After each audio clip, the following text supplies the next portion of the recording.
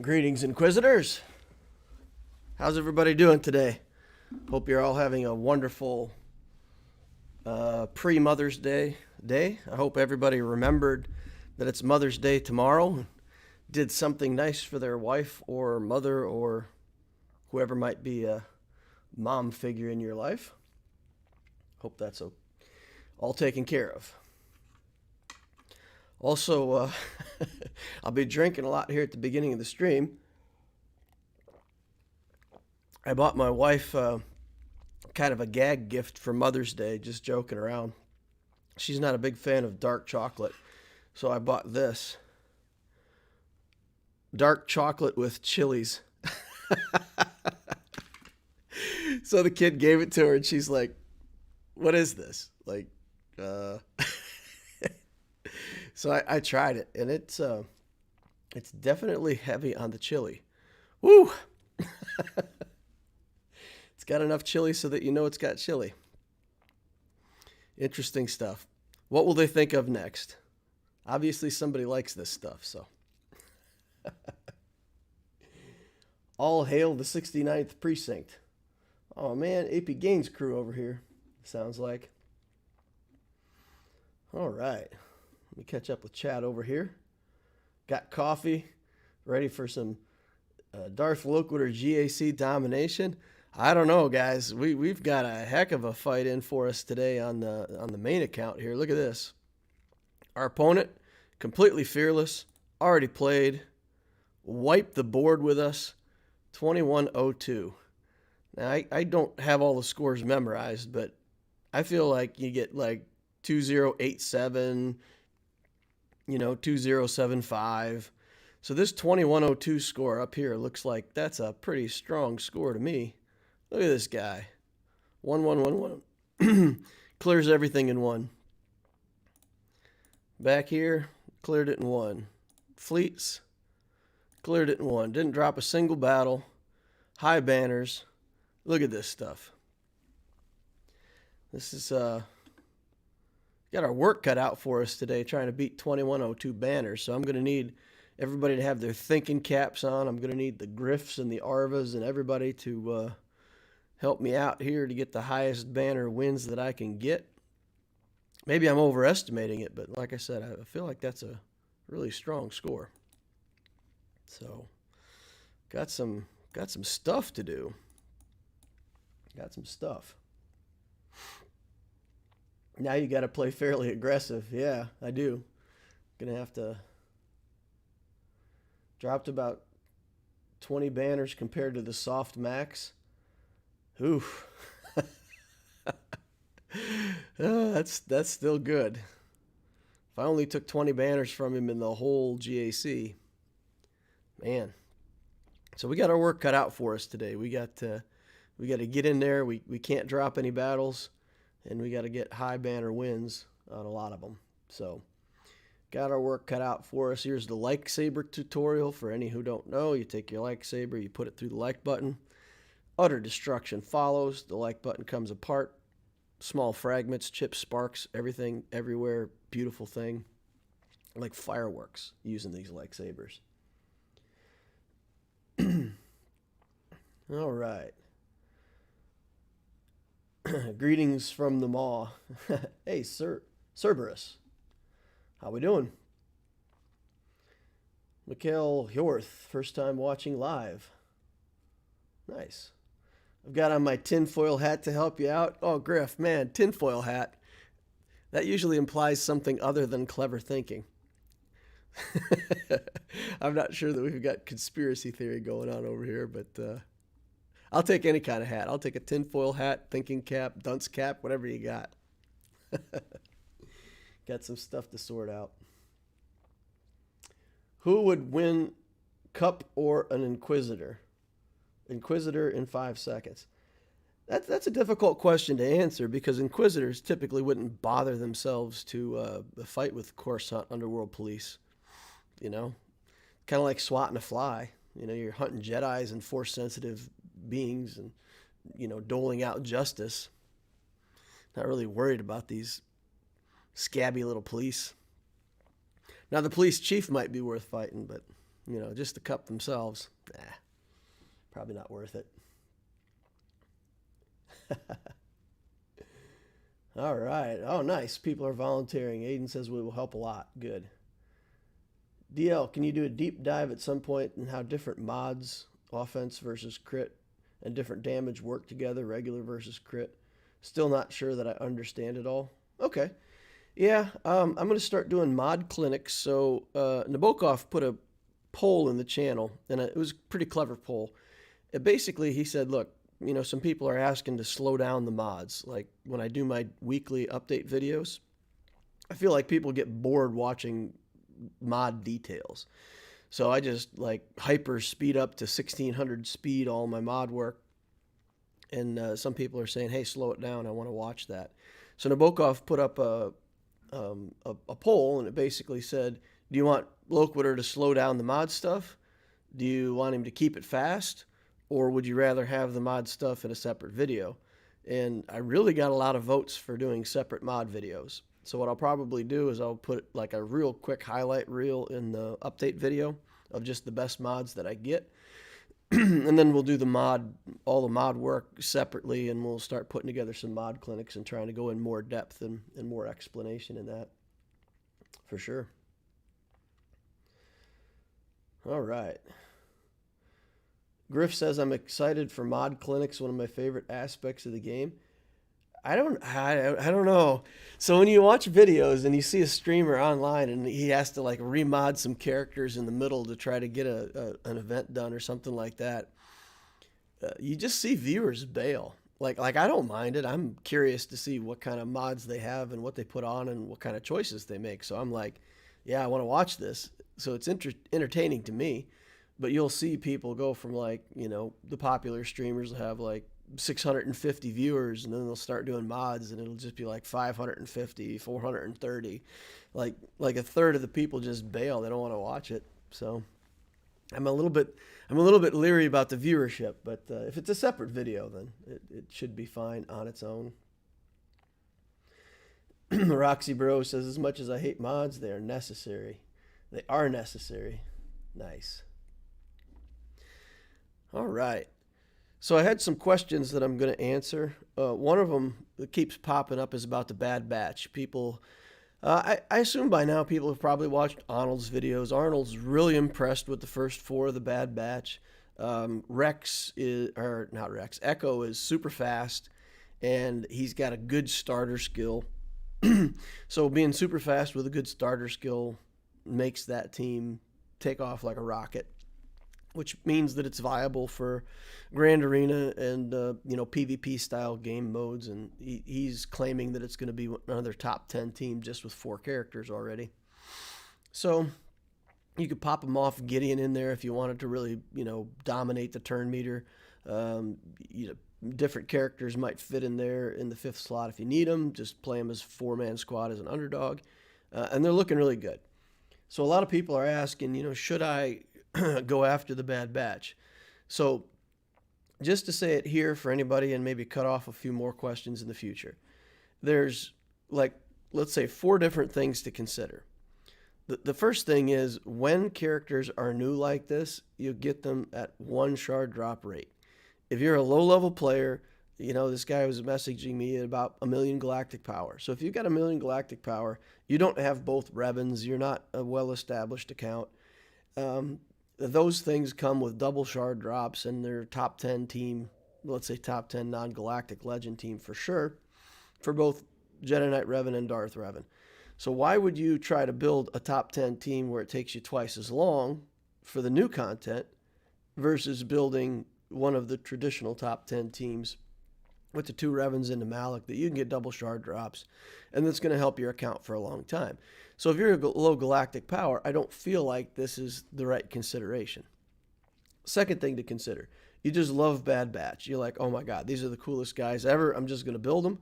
Well, then do your thing. The game is not just for efficiency and power. If you love Star Wars and you love the Bad Batch and that's really what you want to build, then, do it because you love it. That's number 2. Number 3, they really lean on their new content for other stuff.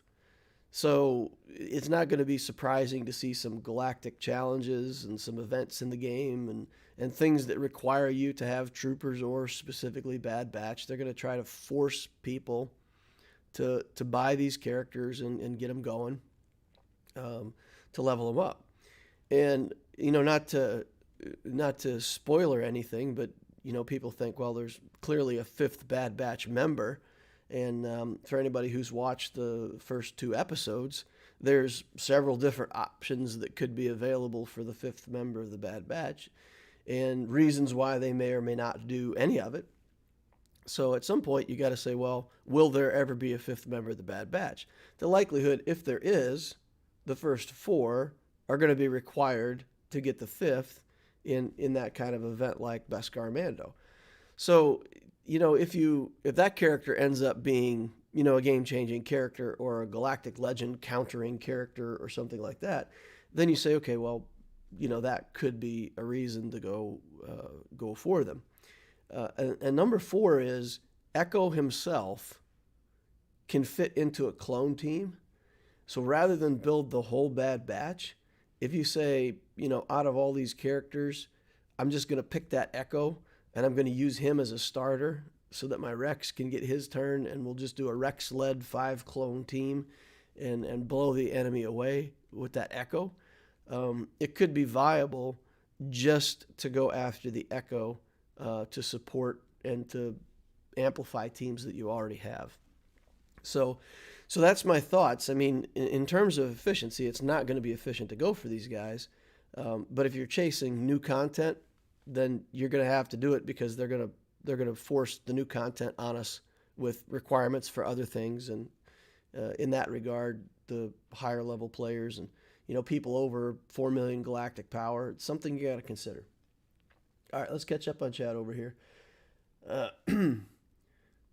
Let's see. Loquitur, always see your videos after you stream them and finally got to one of the live streams. All right, cool, Aaron.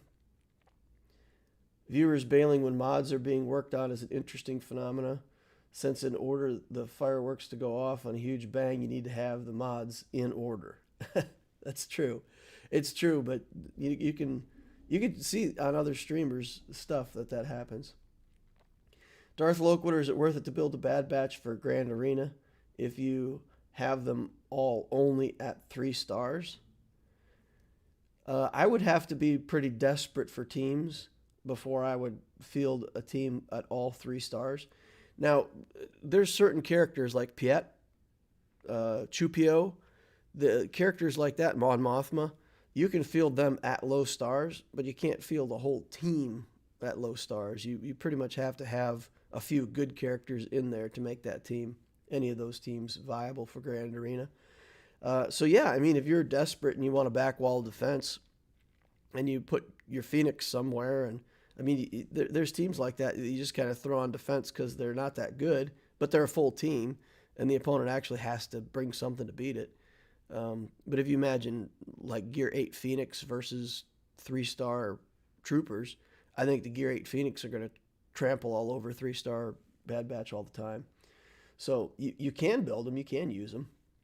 But once you, like, let's say, take them up to 85, skill them up, start putting gear on them, it's some galactic power that I don't think is helping you that much. But, I mean, I haven't built them at 3 stars, so I don't know if they're 3-star viability. Maybe somebody else can comment on that. The fact that it's a 4-man team makes me think they will easily do the Conehead mission as well. Yeah, we'll see. I don't know if they'll add one, but it'll be great if they do. Got to get those troopers running. They're great so far on offense, it seems. Yeah, that's, again, from Arnold's content. I don't know myself, but it does look like the AI doesn't play them so well. So they're a great offensive team, but maybe not so great on defense, which is good because if they were a well-played defensive team, if the AI did the skills in the right order, they would almost be like an Imperial Trooper team on defense. It'd be like another Darth Revan team.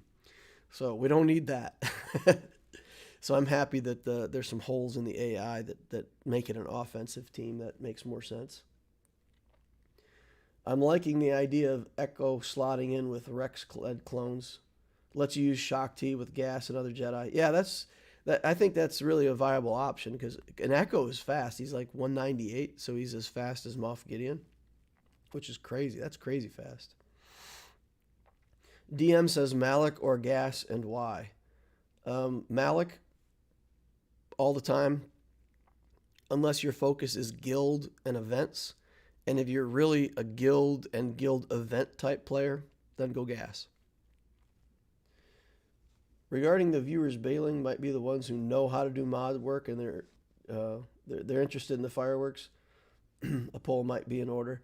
Yeah, no, I think the poll is set, and it shows that more people want to have it as separate content than want to see it slowed down in the update videos. So we'll make it separate content, and then the people that watch it, I mean, if I get 1,500 views on the update video and 400 views on the mod clinic, I don't care. I mean, people can go back and watch the mod clinic anytime they want, and after watching enough of these, people are gonna get a better and better and better idea of how they want to do their mods. So I think it's good, and the people that want it can have it, and I don't have to worry about people bailing on the mainstream or on the main video because they don't want to watch that stuff. He did say they steal a lot of banners because of the Echo starting move. But again, I'm much more of a fan of if that team is going to dominate on offense and get me a full banner win, 61 banners every time with 4 characters, that's hard to pass up on offense. Even if you know you're going to steal a few banners on defense, it is hard to pass up that offense. You should go for both Malik first because he's easier and faster to get. Why do you recommend not buying the gold gear 12 pieces in the shard shop? So this is an engineering mindset, right? So if we look at the gear that we need for our characters and shops and all of that stuff, every account is going to approach this point where you've got the same gear requirements on all these characters. So if we go in here and look, this guy needs this Fabritech data pad, and this may be the only character in my entire roster that needs that, right? So that's good. I can get that for him if I want to level him up. If I go to another character, like let's say Padme, and I click on this stun gun, and I go, okay, how many characters right now are held up on stun guns? So I've got 2 stun guns right now, and once I use them, look how many more characters. Like these are all characters in my favorites. So 1, 2, 3, 4. Oh. Now he clicked off of it. Got to start over. 2, 4, 6, 8, 10, 12, 14 characters out of my favorites need a stun gun. And out of these characters, at least 3 of them need 2 stun guns. So right now in my account, I need 17 stun guns. So when I say, to farm gear in a certain way, we're farming it in a way that we're trying not to farm anything unless it's going to help us. So if you look at the gold gear over here, this gold gear, when you farm it, it always comes off of a node that has something else that's good on it.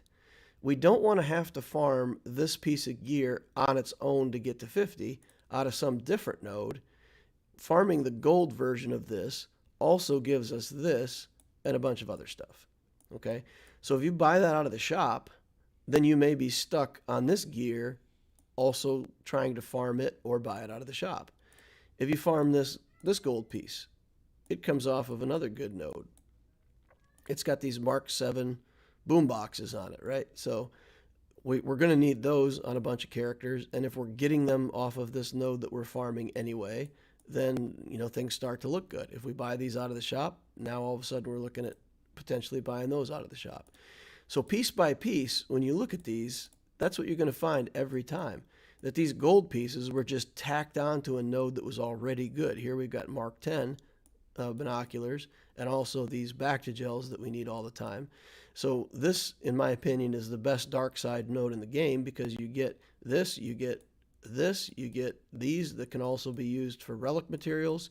You get this that I believe goes toward Ugnaught for this piece that you can craft up to make more relic stuff. So that's why I say always to farm the gold piece here for your relic characters, is just because those nodes are giving you more stuff that you don't have to farm otherwise. And then when you look at these characters down here, you're really only ever farming Carbantes, stun guns, stun cuffs, and those gold pieces. And I mean, Cairo is not a gold piece, but that's another node that you end up farming a lot, is this 7B. And again, it just has a bunch of stuff that breaks down for bronzium wiring, plus these Cairo techs. So it's always a good node to farm. So that's what that's all about. It's just about farming efficiency, pieces of a jigsaw puzzle, and putting it together in a way where you say, okay, if I spent this shard shop currency, look at this. Yikes. That's nice. If I spent that on this gold gear, then look at all this stuff that I can't buy, right? So we just keep feeding this and, feeding these, and stun guns when they show up down here, Carbantes, stun cuffs, buy them out of here. Sometimes we get the Mark 8 bio out of here. So that money can all be spent, let's say, below the gold line here in very functional ways.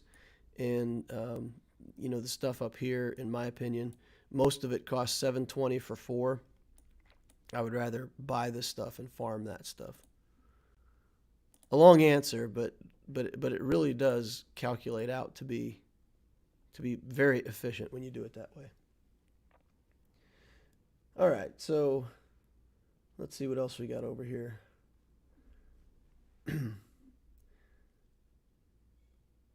you recommend buying? Oh, yeah, sorry, already read that one. Hey, Loquitur, could you walk us through your mod farming schedule, like what type of mods on what days? Sure, I can do that briefly, but that's very simple. And I stated early on that I really only farm 3 kinds of mods in general. I farm crit chance mods, I farm tenacity mods, and I farm speed mods. So if you want potency, you can get a potency cross, and that's often good enough out of any other mod set. You don't often need the potency cross and also a potency set. I'm going to get some of those from the game, so I don't really want potency. I do want some offense sets eventually, and Vader is a character that wants offense sets, and so is Jedi Knight Anakin. So I've got a couple characters that want offense mods, and I did farm that for a while. But if you look at the speed set gives you more speed. You can't get that through any other mod set. The tenacity mods, if you're building for tenacity, you have to have 3 tenacity sets with tenacity cross. You have to have tenacity everywhere. This is the only set that's going to do what you want it to do.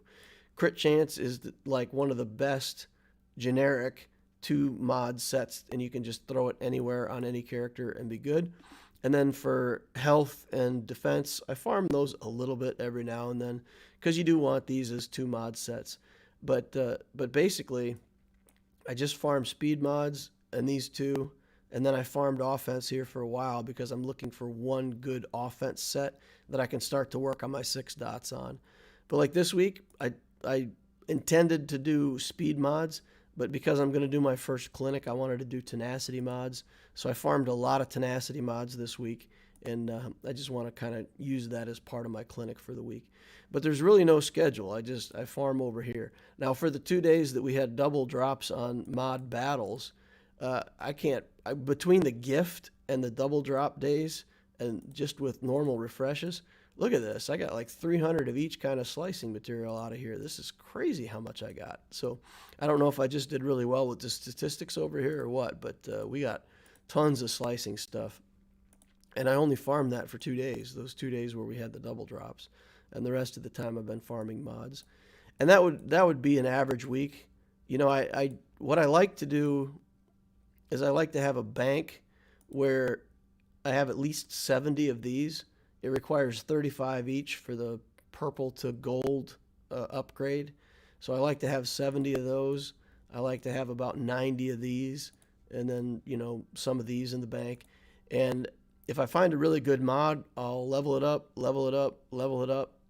and I get 2 gold mods out of this in a week. Then the next week I'll have to go back and farm back up my bank, which takes about 2 days. So that's all. I mean, I only farm those slicing materials so that I can have 1 or 2 slices every week as well. That's my balance right now between new mods and slicing mods. Madam McCurry says, I would also add that the price of 1 gold salvage gets 1 or 2 purple pieces, which nets better bang for the buck. Yeah. Yep. Should I relic CLS in a CLS team first? If you're going to do 3-Pac, then absolutely yes, that's the right move, because he spreads around the leader's stats. So the bigger your leader is, the bigger the rest of your team will be. So if you do the relic CLS with a 3-star Chupio, I mean, whatever he is, it'll make everybody else better. Yeah, and then Zyplort says the exact same thing. Yep, that's it. If you have 3-Pac, then he spreads the stats. Chewbacca would be who I relic first in that team. He's staying alive, important guard on Han, and your weakest ally. Yeah, Griff, Chewbacca needs to be the strongest character on the team in a lot of cases, but I would say if you have Chupio, it is better to do the CLS first for the Chupio stuff. All right, Evan Bob's in the chat. Hey, Evan Bob, how you doing? All right, so we had another question. Somebody asked, what kind of pants am I wearing? And I mean, I think by now everybody knows that people who stream on YouTube don't actually wear pants, and you can only see from here up. So what's the purpose in wearing pants? So that'll just have to remain a mystery, or you'll have to assume the worst, you know. No pants, maybe like some kind of Viking fur bear pants or something like that. So I can't answer that question seriously. There's a video out there of some businessman. I can't remember who exactly it is, but he's wearing like a $5,000 suit jacket and tie, and he gets up in the middle and he's wearing like sweatpants shorts with the legs cut off. And it was some kind of meme there for a while where he's just wearing comfy shorts with his business attire while he was doing YouTube videos. My guess is a kilt. Oh man, yeah. Kilt would be good. I was watching a previous stream. I think your Dark Trooper shards came from farming the node before it changed and gave you the shards you farmed from there. That would be cool. Huh. That would be cool. I don't know. I still don't understand how I got that. I feel like I must have bought some shards without realizing I bought shards. I mean, I must have clicked the wrong button or something. It's weird.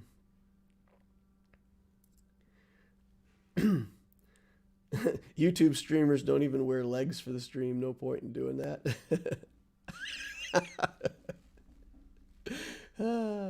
Texans always wear cowboy pants. Yeah, I got chaps. Just chaps. Nothing else, just chaps. Oh man. All right, so somebody asked about the changes for new players and how I felt that the changes for new players were shaken out. And so Kylo Ren Unmasked is one of the characters that you get now, right? And he is just a great character. He's one of the best plug-and-play tanks in the game. He's one of those characters that if you build him up early game because he's what you got for free, you're going to be happy with that, right? You're going to be satisfied with a Kylo Ren Unmasked. So I love that they put him in there. Jedi Knight Anakin, same thing. He's just a good, flexible, plug-and-play character for lots of different Jedi teams, Galactic Republic teams. And again, any effort that you put into him is going to be fine later in the game. They gave us Stick Ray, who I don't think is worth much. We're not going to put too much effort into Stick Ray. Gideon, man, putting Gideon as one of the starting characters, and now he's got his own hard node plus a Cantina node. So given the ability to build a Big Moff Gideon early on, I think is great. This character is just so flexible. He goes in any team. So I think overall, I don't think the characters that they give you are going to make the game easier or faster. So it's not like they gave us characters that are going to all of a sudden make the game a cakewalk. But the characters that they gave us are going to be, you're going to keep working on. So like you get this Royal Guard, you can see he's kind of just chilling down here, right? Level 48. I did put him at 7 stars because I had so many extra shards. I wanted him in the shard shop. This Sentinel droid, the Clone Sergeant. I mean, there's a lot of these characters that you get that you, where's Talia? Talia's down here somewhere, right? Talia, level 53. Like you have to put some kind of gear on these characters to get through the early game, and then they just sit here with the 5,000 galactic power or whatever it is that's useless. So I'm glad that the characters that they gave us are reasonable early game characters that once you spend some time on, it's not wasted, and you'll get the value out of that. So I'm happy for that change. Let's see what we got over here. Let's see. How do you approach mods for characters that you want to be slow? The dilemma in investing with mods with low or no speed that aren't ideal to slice. Well, Hugo, there's only a few characters in the game that you want to be slow. Really. Any character almost gets better with some speed. The only characters that you want to be really slow are like Jedi Knight Luke, and there's a few tanks. Clone Wars Chewbacca if you use him in your Galactic Republic team. So there are a few characters that you want, but you'll always have some mods that had great substats but only ever got that 5 speed. And you're going to have mods like that where you go, okay, well, I'll give this guy, 15 speed or whatever. It's not that big of a deal. I do have some slower mods that didn't develop speed. And you'll always have some of those in your account that you used to get by for a while that are going to be on the shelf somewhere. All right, let's see what else. Nabokov is here. Made coffee first instead of turning on the PC. First thing, let's talk about Piet. Nice. All right, here's the lowdown on Piet. Piet is an awesome character for Empire, and he can be played at any star level. So you get this guy, you put him at 3 stars, you start throwing him in teams, and he's like salt and pepper. He just makes any team you got taste a little better. So there you go. There's your lecture on Piet. We have to consider what we mean by low speed. Traditionally, it was more anyone with low speed on mods. Sometimes the mod doesn't hit with 6A. We're going to say it's anything with 10 or less speed. Griff says the only character I think you want slow is Jedi Knight Luke. Save some 5-star mods with little or no speed. Don't invest in them. It just happens naturally. Yeah, exactly. That's exactly it. You're going to have some of those mods somewhere. So just let it happen. Or Droidica. Yeah. Droidica is another one that could be slow.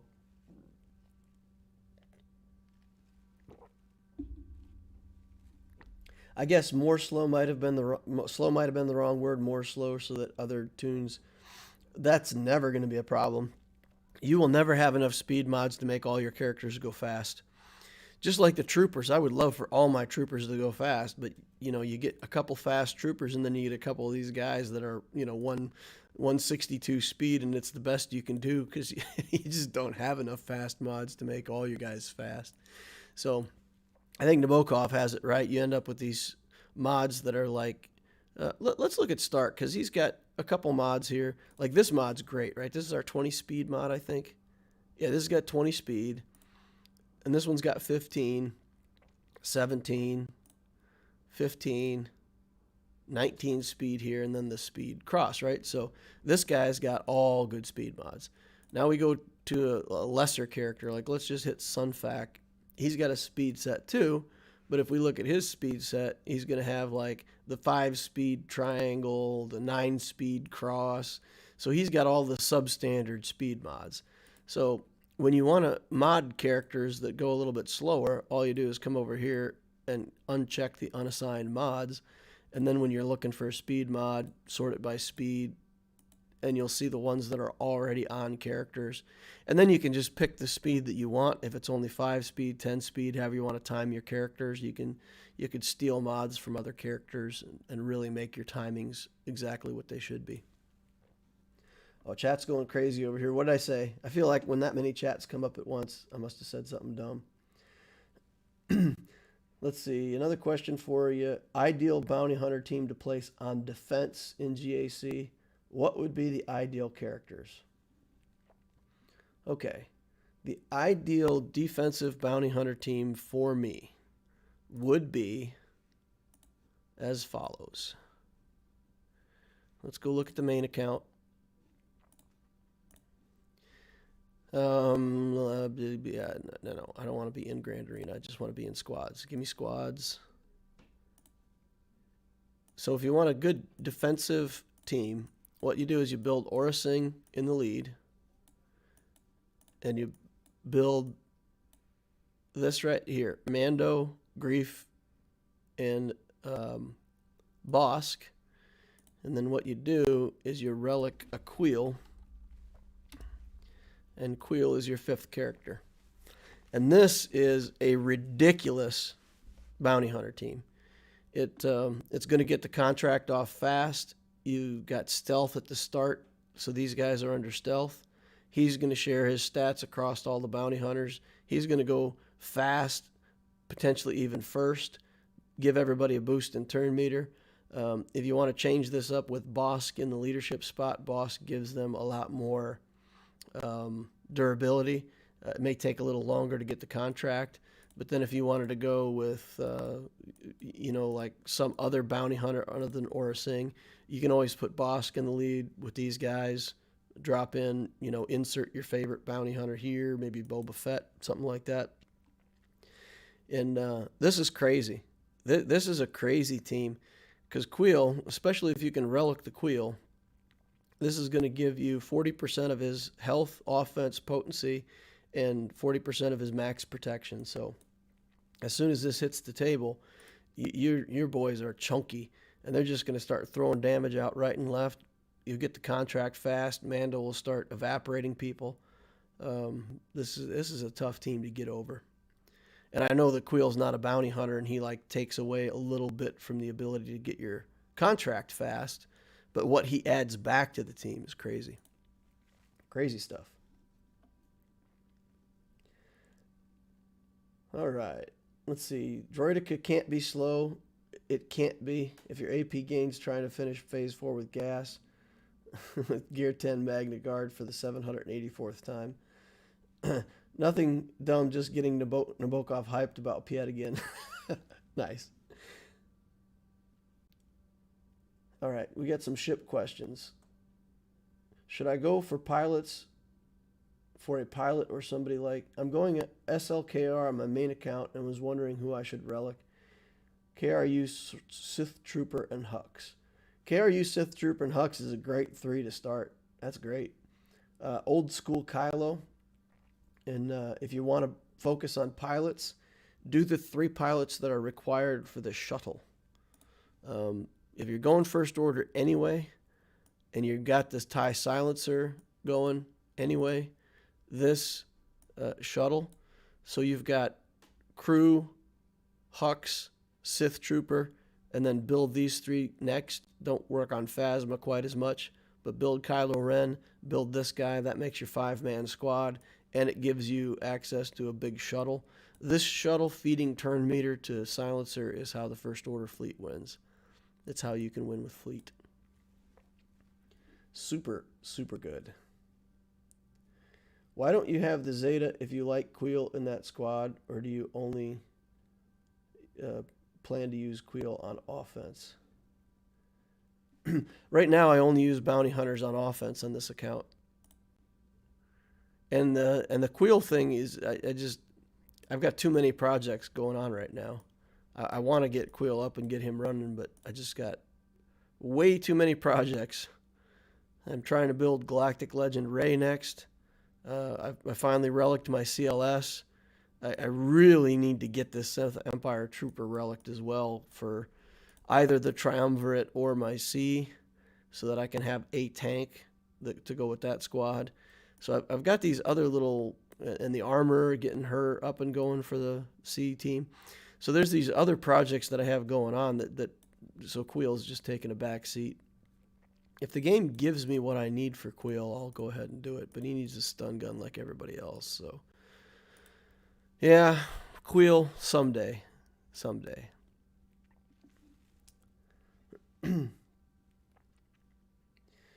Zeta priority, that's all. Yep, that's it. All right, so let's take a look at this Grand Arena on my Loquitur account. Get started in on that stuff. So let's take a look at what happened last time we fought against this person. We had a 2-zone clear. They had their indomitable Galactic Republic squad here, so nothing we could do. They did fight our Geos one time and didn't get far, and that was it for the battle. I don't even think they tried the Jedi. So we put enough sauce on defense. They put everything they had on defense, so we got that win pretty easily. Then our opponent today is Smihoho. He's a Mando, I guess. Stat-wise, we're looking at 930,000 galactic power with 360 in ships, 562. So we're about even on characters. He's got a little less in ships, but he's number 23 in fleet. And if we look, we can see that he's building TIE Advanced, Geos. He's made a commitment to the TIE Bomber, which is interesting. Vulture Droid is in good shape. And he started the Gauntlet Starfighter, but hasn't got much in Gar Saxon yet. So, but clearly wants to do an Empire fleet. And he does already have a Relic Tarkin, if you look. So his Executrix capital ship is massive. And his other 2 capital ships are at level 1. So he's basically a one fleet kind of guy. Looks like he's doing the Geos, probably Vader, and the TIE Bomber. I feel like he could almost do 2 of the Geos with the TIE Bomber to start and bring in either the TIE Advanced or a Geo or Vulture Droid. So he's got a good 6 ships here for his arena team. How you divide that up into 2 separate fleets, I feel like he's got to leave this stuff on defense, take his Geos on offense. That's probably what I would do if I was him. So he probably starts Gauntlet, TIE Advanced, Imperial Bomber, or I'm sorry, these 3, and then reinforces with the Gauntlet, something like that on defense. But with a level 1 capital ship, I'm not too worried. Or he has to put it all on defense. I don't know. So here we go with his characters. Darth Vader, Palpatine, Darth Revan, Relic 5. Luckily, he doesn't have a ton of stuff to back up that Revan. You know, he's got the Bastila and the HK, but not, let's say, also 2 other good, like the Sith Empire Trooper and all that stuff to make the team good. So I feel like he's bringing that on offense with Bastila and HK and doing a 3-man kill squad. At least I'm hoping he does, because I really don't want to have to face this on defense. And he does have 302 speed on it already. So that's a pretty zippy Darth Revan. Do not want to have to fight him.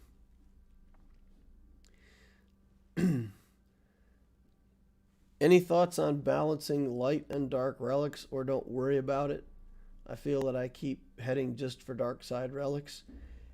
I believe that balance is required at some point. If you build Darth Revan into, let's say, a Galactic Legend, and you go for First Order, and you get SLKR, and your entire account is bad guys, then yeah, you should build a Padme team. You should go for Jedi Knight Revan and start bringing a little bit over there. The light side are the Jedi. The Jedi are used for tons of events.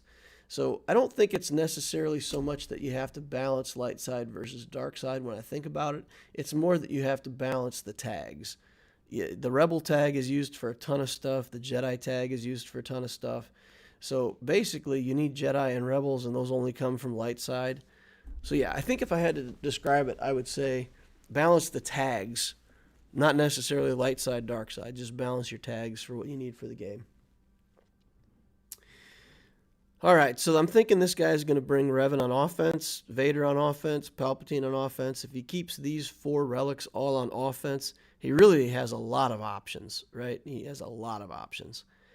But if he does that, then he's going to have pretty weak defense.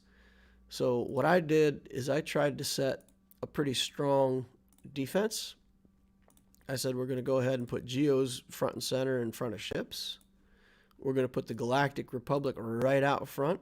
And he's going to have to make the choice right away whether he's going to use his Revan here or on the Geos. He'll probably Vader these Geos. He will probably Revan this Padme. And then just to make sure that I don't just lose, I had to put a pretty decent defensive team back here. And if he's used up his Vader and if he's used up his Darth Revan, I think this holds against everything else in his roster. I didn't want to do it the other way around where I put the Rebel or the Jedi team up front here because that could open me up to him potentially doing Vader over here and then doing a combination of Moff Tarkin and some other stuff maybe over here where he could bring Palpatine, Moff Tarkin separate from Vader because that is a Relic 7 Vader. So if he can get through the Geos with this, then he could potentially get through the Jedi with something else, and then my back wall would still be susceptible to the Darth Revan. So I felt like that was the best way to try to spread him out. He still may play it that way, but I think we've got a chance of baiting him in on the main fight here that he would bring more than just the Vader. So, yeah, it'll be interesting to see how he decides to play it out.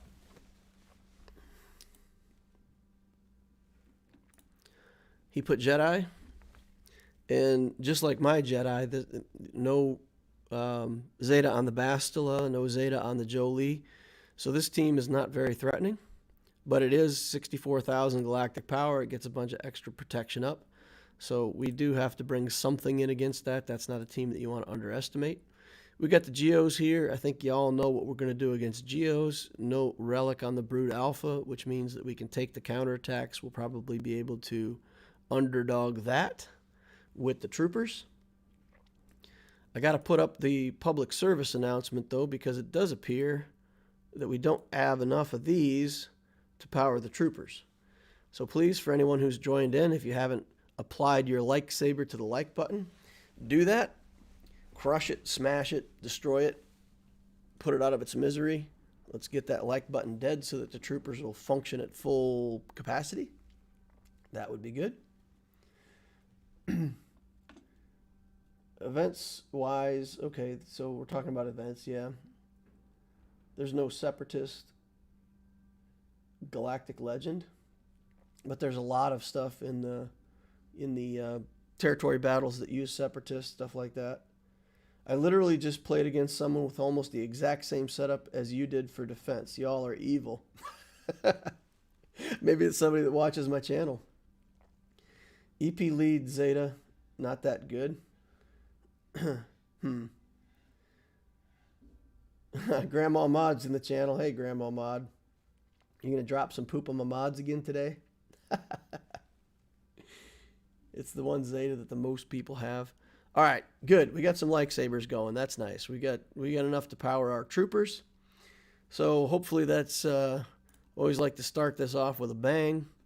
Let's get in here with our troopers. And let's kick this stormtrooper out. Snowtrooper stays in.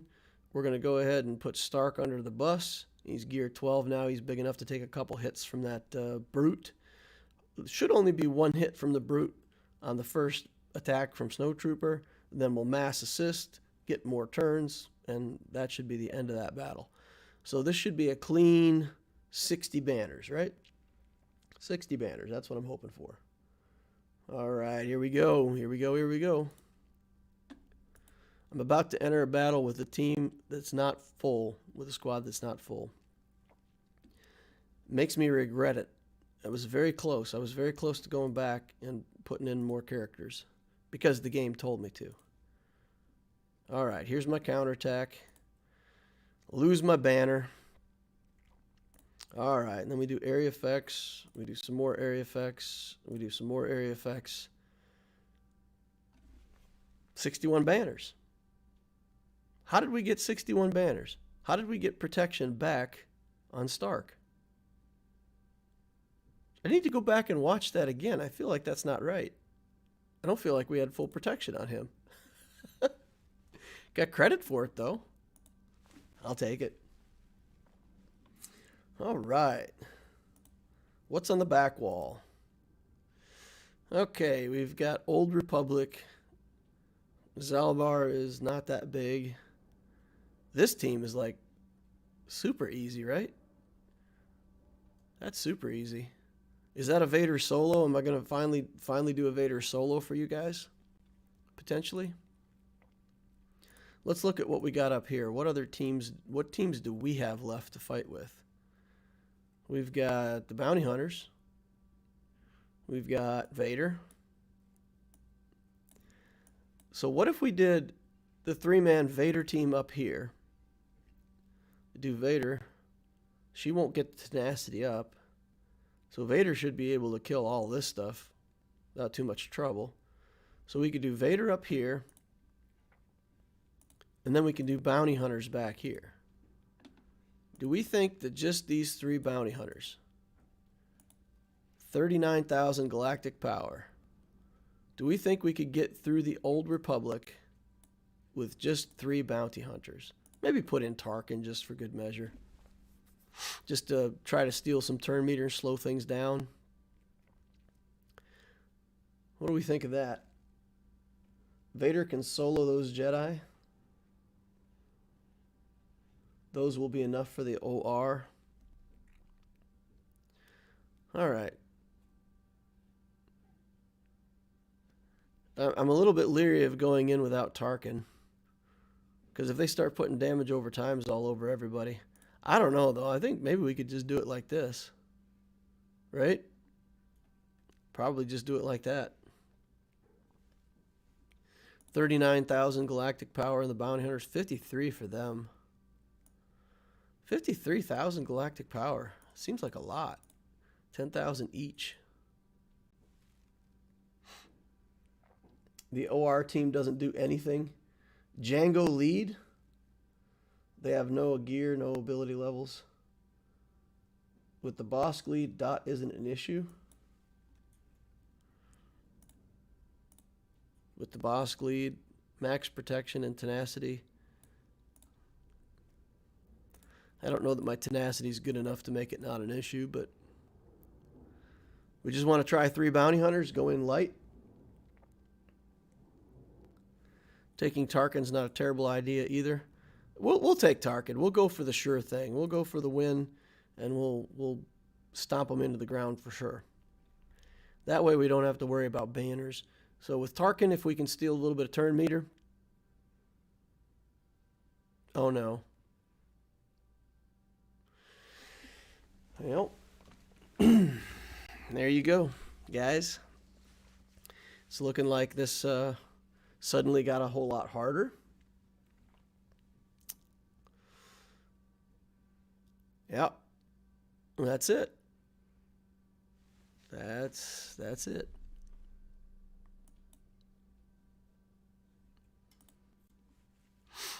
Disappointing.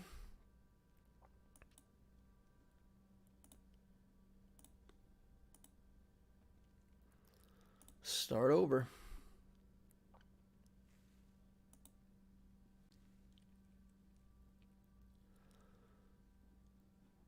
Now it's not even loading. What's going on here?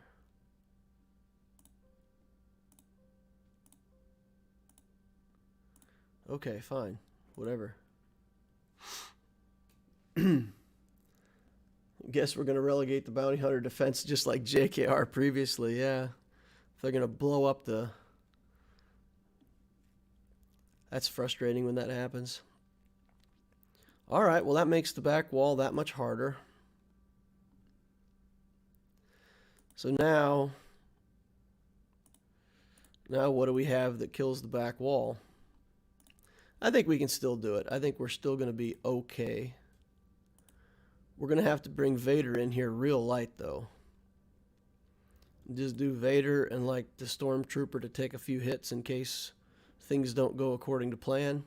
Give me a little bit more speed on my Vader. Go in there like this for the Jedi. Solo the Jedi with Vader. I probably could, but now I'm worried that I'm going to lose the battle. So I'm going to do this on the Jedi. Just with the Stormtrooper, just in case. All right, so here we go. Merciless Massacre. We're going to put it on Bindo because he's probably the one I'm not going to kill. Then let's call Bastila. I think she's probably the one I need to get out of here the most. We'll do that. Get a kill. Get a kill. And then let's see if we can... I think I'm just going to do this because then Juhani may die to the dots. No. All right, well, let's try to kill him. Ability block. Okay, good. Good enough. Good enough. I don't think I needed 64 banners. I think 63 is plenty for me. Okay. So we got that. Now if we go in here in the back wall, we could pick this, this, this, and this, and we'll put in Akbar just to remove debuffs. No. Let's see, how much galactic power do we have here? 54 with Sith. That's good. This is good. I think we're going to be able to take out the Old Republic team with this. Certainly hope so. All right.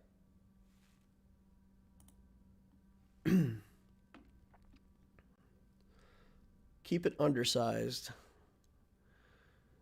Okay, so Canderous is the one that I can't stand.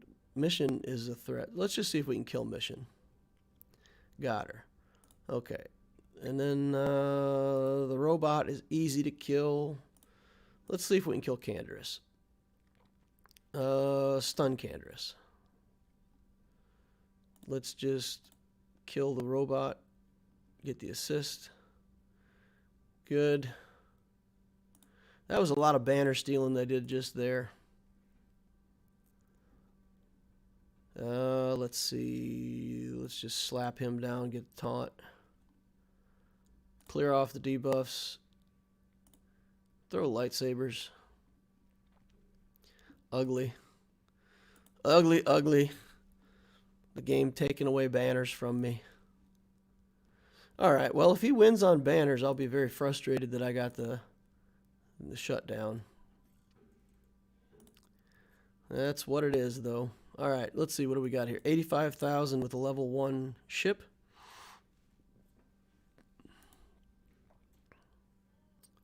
This ship is actually decent, right? And it's very dodgy. It's a very dodgy ship.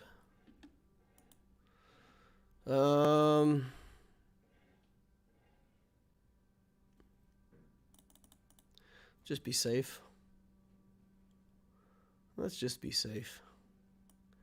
Still an underdog battle. Just Kylo Ren. Yeah. Spy Solo. Soldier and Sunfac. What did he keep for offense besides his DR and Vader? That's pretty much it. He's got his relics on offense. A few other characters. He's got a Bastila Fallen and a HK.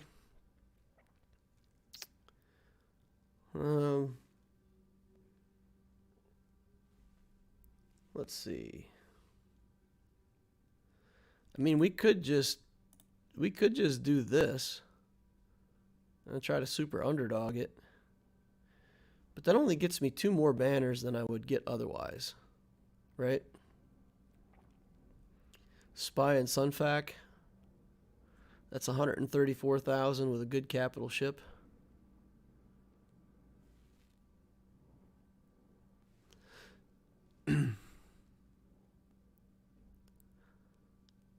I don't know. Plo can get so many banners back. He can rescue. He can do a banner rescue. He can. If I do 2 ships and I lose to the point where like protection's gone on one and health is gone on the other, and then I bring in Plo and get those banners back, it's actually potential for a higher banner win this way than it is the other way.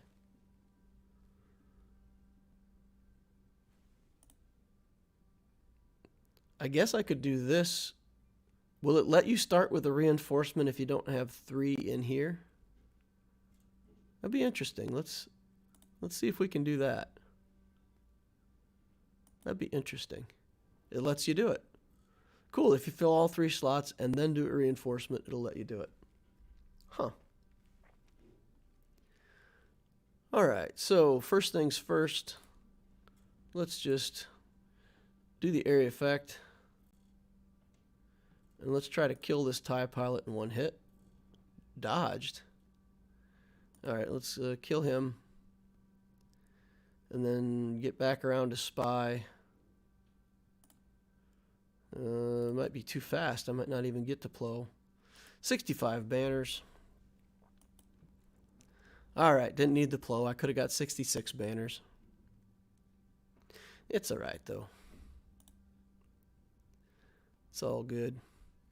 1,200, not horrible. Wish we would have got this. It's very frustrating.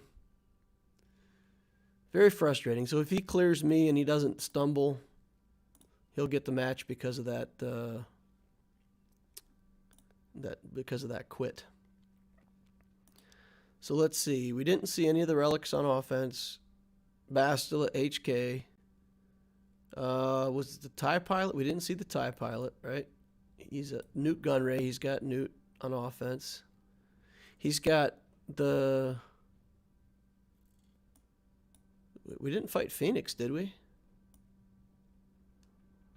We didn't fight Phoenix. We fought Geos, OR, and Jedi. So he's got the Phoenix on offense. Interesting. And he's got Piet to go with Vader. So he'll probably full clear me and win this just because of the game quit. Alrighty. Alrighty. Nothing you can do about it. Get better blue stacks, I guess. Alright, mopey. I'll be mopey for the rest of the stream now. Okay. Let's grab extra energy here. Claim the extra energy.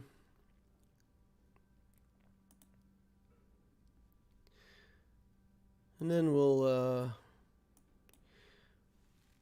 see if there's any more questions.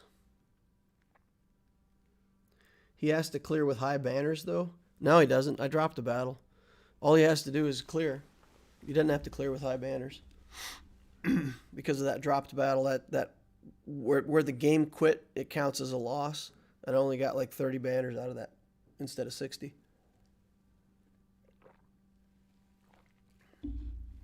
I use BlueStacks 5 beta, has less crashes than BlueStacks 4. Do you have visualization for BlueStacks on? I don't know what that means.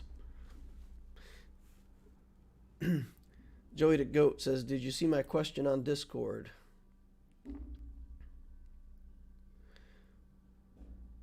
Why are you so against doing the 25 crystal node refreshes? Am I against it? I don't know that I'm against it that hardcore, but here's what I don't like. Like, let's say you want a character, and I'm going to go in here, and I'm going to refresh his nodes and hit him twice in the same day. If I do that, every 2 days I spend, that's 50 gems. That's a refresh that I could do on energy somewhere else. So while you're early game and your crystal income is limited, I don't like spending crystals on something that doesn't get me anything. And there's not characters early game that I think that are so important that you would rush. However, going through with the Dark Council with the best starting strategy for the early game and trying to think through really the very best and fastest way to build an account that does well. This Vulture droid is a critical additional ship for your fleet that you have under Geos. And I think that the new guide is going to have you force farming this ship. I think in that case, just because you want to accelerate how fast you get this Vulture droid up specifically to 5 stars, the new guide very well could, I haven't calculated everything out yet, but it could recommend refreshing this Vulture droid node every day and forcing it to 5 stars as soon as you can get it to 5 stars. Beyond that, I'm just not a fan of it. I'm not a fan of it because those crystals don't get you anything. They just get you that node again, and if you do it, let's say you do it 20 times on a node, then you finish that character to 7 stars 20 days before you otherwise could have, but you missed out on 10 refreshes somewhere. And I would rather wait the 20 days and have the 10 refreshes. But I'm a very patient player. I'm not in a hurry to get my stuff. I'm not in a hurry to get Grand Arena placement. I'm not in a hurry to get Squad Arena placement. You know, that'll come when I get it. So that's it. I'm not necessarily strictly against the forcing of the refreshes, but you need to have a really good reason. And that Vulture droid is one of the few things I can think is a good enough reason to kind of throw those crystals away, so to speak. Is Enfys Nest worth maxing ASAP early game? If you are a PvP player, you like Grand Arena, yes, absolutely, as soon as humanly possible. Relic 12, you know, I took mine all the way to Relic 8. As soon as you can get her to Relic level, it's definitely worth it. I'll do that on my Loquitur account. I'm farming her now. As soon as I get her, let's say 5 stars, I'll start putting gear on her. When I get her to 6 stars, I'll try to get her close to gear 12. By the time I get 7 stars, man, on the day that I 7-star nest, I want to be able to relic her. And I don't care if I'm working on Sith Eternal. I don't care what I'm working on. That character is going up. Because it's a win. Against so many players, Enfys Nest is a 1-character win against potentially a much higher level squad. So do I think Enfys Nest is worth it? I'm the wrong guy to ask because I think absolutely she is. And I'm sold on that character 100%. And people say she falls off endgame. Well, you've got 5 million galactic power worth of stuff to build before she falls off. So you can definitely get your money's worth out of her for a long time.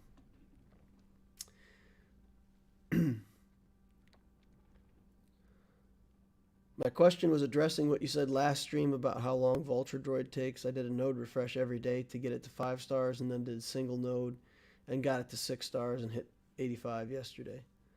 Okay, nice. With accelerated farms, I feel like the thing that throttles you back is the gear, not the shards. So don't spend the 25 for the refreshes.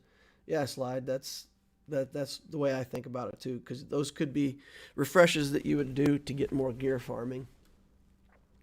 For ships, you would do the 25 because I want to be done with them and never touch the nodes again. If you have the crystals to spend, it's not the wrong thing to do. It's just, well, you have limited crystals. You're spending crystals for something that's only buying you a little bit of time.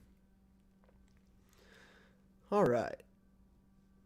Griff and Nabokov agree that Nest is a good choice, but only if you value GAC. She's not useful in other modes. Yeah, that's true. I mean, she's not great at other modes, but Conquest is fun too. I mean, if you get a bunch of those leader buffs and you just play Nest, she's crazy. She can do crazy things for you in Conquest as a single solo character too. So there's other game modes where Nest is a powerhouse as well. So I think there's a lot of reasons to want that early Nest. And a lot of payback. That's the big thing. If I feel like I'm getting payback, that's what makes it worth it. I invest, I get paid back. Nest, you will invest, you will get paid back. No doubt about it. No doubt about it. I got to get another hat. All right, let's copy over a ally code here real quick. And let's take a look at, okay, the ally code won't copy, so we'll type it in. 838667. Boom. Search. All right, so we have a account that we can look at. Smithforge. Does anyone know Smithforge? Is that a person that's in the channel? If one of my mods would be so kind as to drop a note into the Discord to let this person know we're looking, maybe they can join us on stream if they're not here already. Take a quick look at this account. Evan Bob, you should review my account. Evan Bob, your account's a week old. I'm not going to review your account at a week old, man. Yeah, you're fine. You're doing fine. Talk to me in a couple months. I'll talk to you offline. If you want to talk offline, Evan Bob, we'll talk offline. Feeling burnt out holding resources to get C. Can I have some encouraging words? Well, set a goal and go for it. When you get to C, it'll all be worth it. That's the only encouraging words I can say. When you get a Galactic Legend in your hands and you start dominating stuff and just crushing fools, the wait's worth it. It'll make you feel good. Yes, I know them. Biscuit says that's my guild mate. All right. Cool. I'm at 280k GP at 74, level 74. How bloated is that? I don't know. That doesn't sound bloated at all. I mean, when you're 85 and you're still under 600,000, that's usually a pretty focused account. If you get to level 85 and you're like 840,000 galactic power, then that's pretty weird. You probably spent a lot of time not doing the daily quests and building characters you didn't need. Bloat usually isn't a problem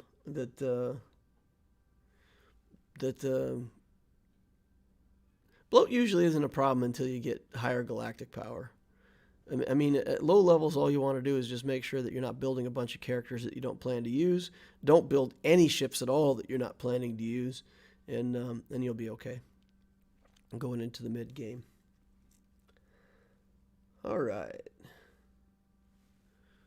So let's see what we got here. Galactic power, 1.7 million. Characters, we got 1 million. Ships, we got 7. So that's good. That's not a bad ratio there. Pretty close to what we would expect to see. If we look at arena, 253 in fleet, 329 in squad, which seems a little low. Feels like we can improve that. For an account that's at 1.7 million galactic power, only having a 6-star Hound's Tooth feels kind of unusual to me.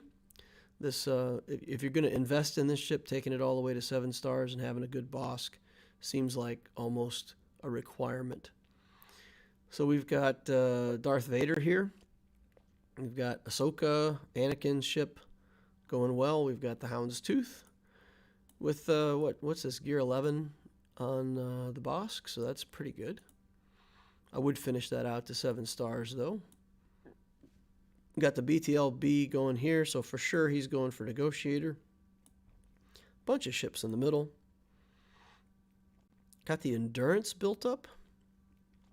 So he's playing the Galactic Republic fleet under the Endurance. And then it looks like he's playing the second fleet under the Executrix. He does have the Chimera unlocked. Also has some stuff on Home 1. So we've got kind of a 3-fleet situation going here. What's he using with the Empire, with the Executrix? So he's using TIE Advanced, probably Slave 1, Silencer, TIE Fighter. So he's got some stuff that goes in there. And then just some generic ship stuff. So, yeah, what advice do we have for fleets that's going to get him over the top in fleets? I would say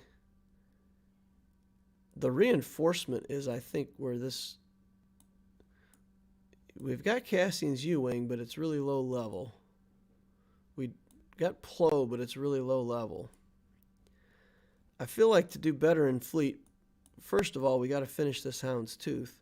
And I know you're building this Y-Wing, but having both the Hound's Tooth and the Y-Wing, you can start with this in play and bring the Hound's Tooth in as a reinforcement or something. And that's going to, make your fleet stronger. So I still would finish out this Hound's Tooth since you put so much work into it. And I still would play it with this fleet.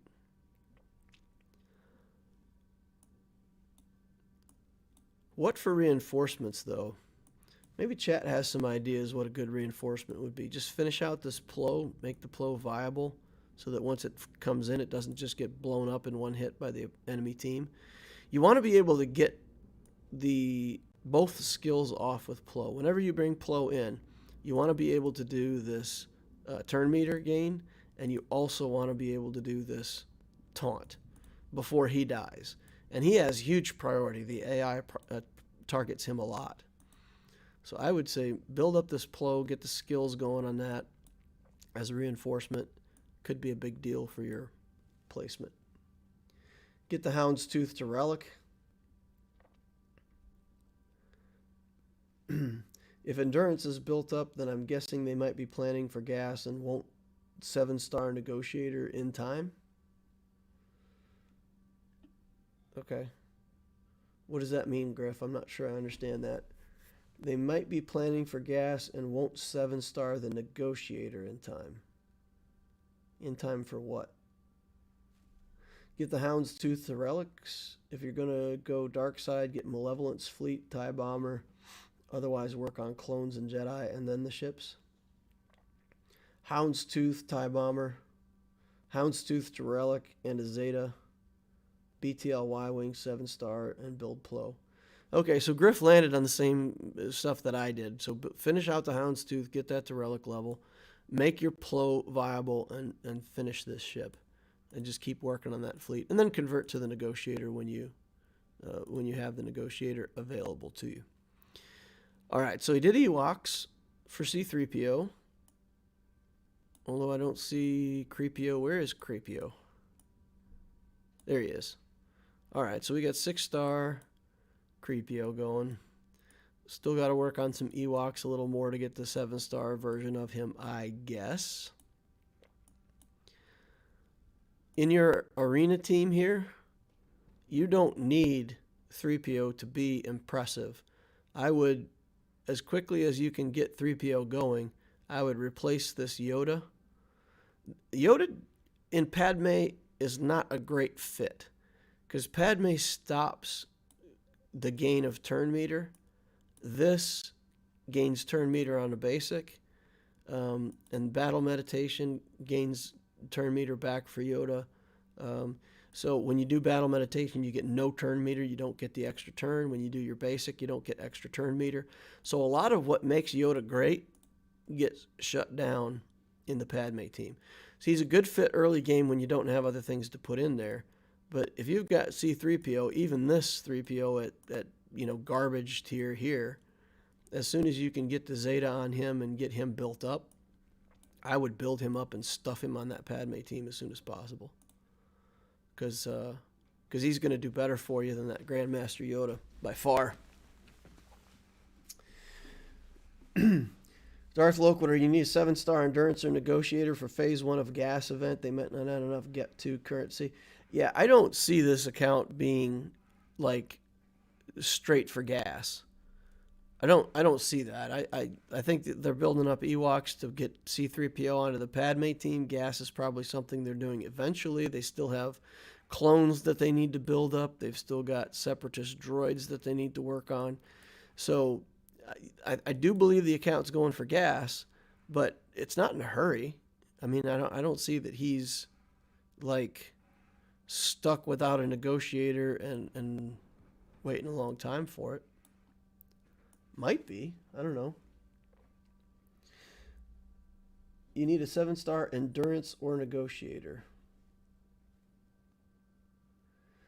Yeah, so if you start working on the Endurance right away, you get 15 of these a month, right? So if he's been working on this a while, he should be able to finish this out to 7 stars in time, I would think. So yeah, I think he's still able to go for gas in a reasonable time frame. I would hope. I would think. What characters would you recommend this account to Relic next? We'll get to that. Those Ewok Zetas hurt my soul. Well, I mean, I've heard people say that the Ewoks are not bad. you know, if you put them as a secondary defensive team and you've actually spent some resources on building them up, they're a dangerous little team. Late game, they get beat by almost anything. You can solo them with a lot of stuff. But early game like this, I mean, 1.7 million galactic power. This is still a solid defensive team. So yeah, I wouldn't, for people looking at this, I wouldn't put all these Zetas on the Ewoks either. But you know, if he chose to do that to complete the C-3PO event, then that's a choice he made. So he's got all the 7. It seems like he should be able to get 7-star 3PO with this no problem, but maybe it's a mod issue. Maybe it's just a mod issue. All right, so speaking of mods, let's look at mods next and see what he's got on this Vader. Blue mods, speed and health. Potency on the cross, yes. Crit damage, that's fine. Speed, good. So we've got the right kind of main stats. We've got a speed set. 224 is not that impressive. Probably can do better there. Okay, so it's a pretty mediocre mods for being one of the best characters that he's got. Let's see what he's got over here on Anakin. 224 speed. Lots of protection. Interesting. Crit rate's at 80%, so he's got what? Crit damage here. 5 speed. Potency on the cross. Thank you. Appreciate that. 15 speed here. So this is kind of, you know, just a mixed set of his good mods, right? He's just putting stuff on there that's good. So it's okay. I mean, he's got good potency, which I like. He's got some crit damage, which is good. He's got stuff. He's got stuff on him. With the way that this build is set up, I would probably go for a slow Anakin. We don't have enough speed on him to make him fast. So I'd probably do is find a mod, arrow up here that would be offense, just straight offense stat. And if we could convert these, you know, either the health set and the potency set or this other set into an offense set, if we could get like offense and health, that would be perfect. But then this arrow should be offense, and we just make him slow and hit like a truck. I think that's what I would do with this Anakin. Yeah, okay, so we've got the offense set over here. Not much speed. Uh-oh, we need the Sector 5 alarm, guys. Where's the Sector 5 alarm? Is Grandma Mod still in the chat? We'll have to have a Sector 5 alarm in these mods. So I'm just not seeing much speed on these characters, and the mods are kind of unsatisfactory. This is a very unsatisfying mod. You've got an offense triangle with an offense main stat, and then the stats down here are just completely defensive stats. Defense, defense, protection, speed. We're looking for crit chance, offense, you know, more speed would be good. But once these stats start to look like this, I'm not interested in this mod anymore. This is a terrible mod, right? We don't want all defensive stats on an offense mod. So that's barely passable. We've got offense on this. Again, protection, health, protection. Blah. You know, we don't want these mods that have stats that don't match. So the main stat is offense. It's an offense mod.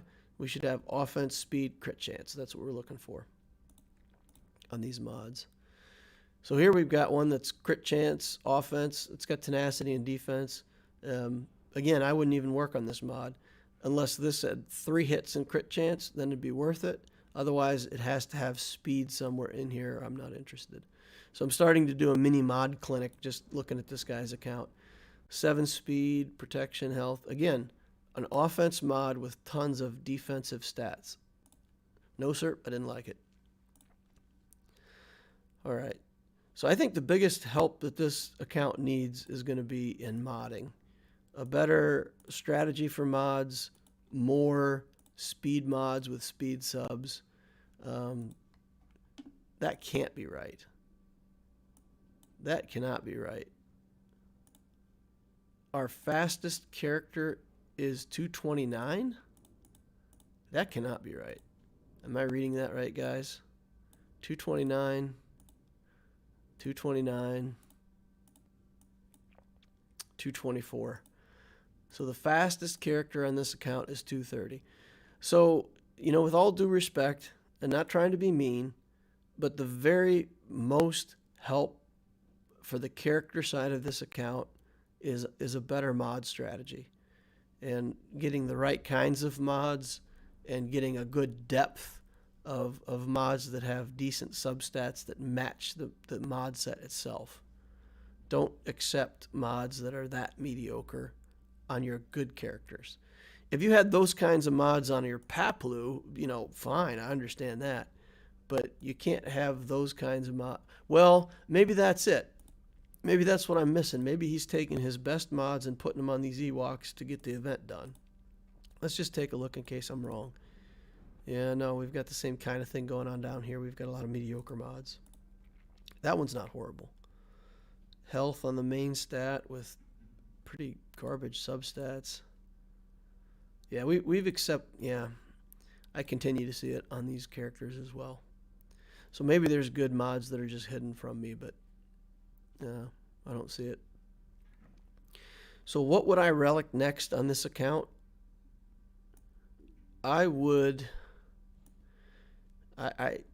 Because of the placement that we're getting right now in squad being so low, if we get good mods, we still may be too far behind to get high placement. So I would say finish this Anakin to Relic 7 as the first priority of anything that we want to do on the account. Get this ship to 7 stars. Get this ship to 7 stars. So just on the facing page, if we want to do better for these characters, Relic 7 here, 7 stars here, 7 stars Relic Bosk here. That's needed. That's going to help fleet placement. It's going to help placement here. The next character I would relic after Bosk has got to be Padme. We got to circle back around relic Padme to get that third character in this squad up and going. So finish him to 7. Get your Bosk to relic. And Bosk can be relic 1. I don't care. He just needs to be relic level so that you can get relic bonus on your ship. Get the 6 dot mod bonus on your ship. Get him good mods. Get him to 6 dots. And your Houndstooth will be rock solid. And you'll get better placement in fleet. And from there, just keep working on your gas stuff, you know. Finish out your Separatist droids. Get your Asajj Ventress going wherever she is. She's probably in here somewhere. But yeah, finish that stuff out and do gas. That's what I would say. All right. Been staring at this a long time without looking at chat, so let's catch up here. No low gray, I believe. Yeah, I didn't see low gray in there. Hello, Loquitur. Did I miss both GACs? Nope, you missed me crashing on my Loquitur account so far. I haven't done ALEURA yet. Always missed the Loquitur account. Well, get here sooner, Area 501st. All right, for those who haven't deployed the lightsaber, crush it, hit it, smash it, do it, get it done. Lightsabers, please. Those sets are plus 85. The mods are okay. The issue is base speed on gear and level, and the issue is getting rid of any mod without speed. More than happy to help out on Discord if they need additional help. Start with my videos on modding. You know, I'm maybe not the best expert in the world, but it's my channel, so I'm going to recommend my videos. And I do it in a way that's different, I think, from other streamers or YouTubers, in that I really make room for several categories of mods. You have this ideal on what a great mod looks like, and you're going to get some of those someday. And I've got some perfect mods on my main account, but they don't come along very often. And there's a lot of mods that are good enough. And then there's this other category of mods that are good enough for now.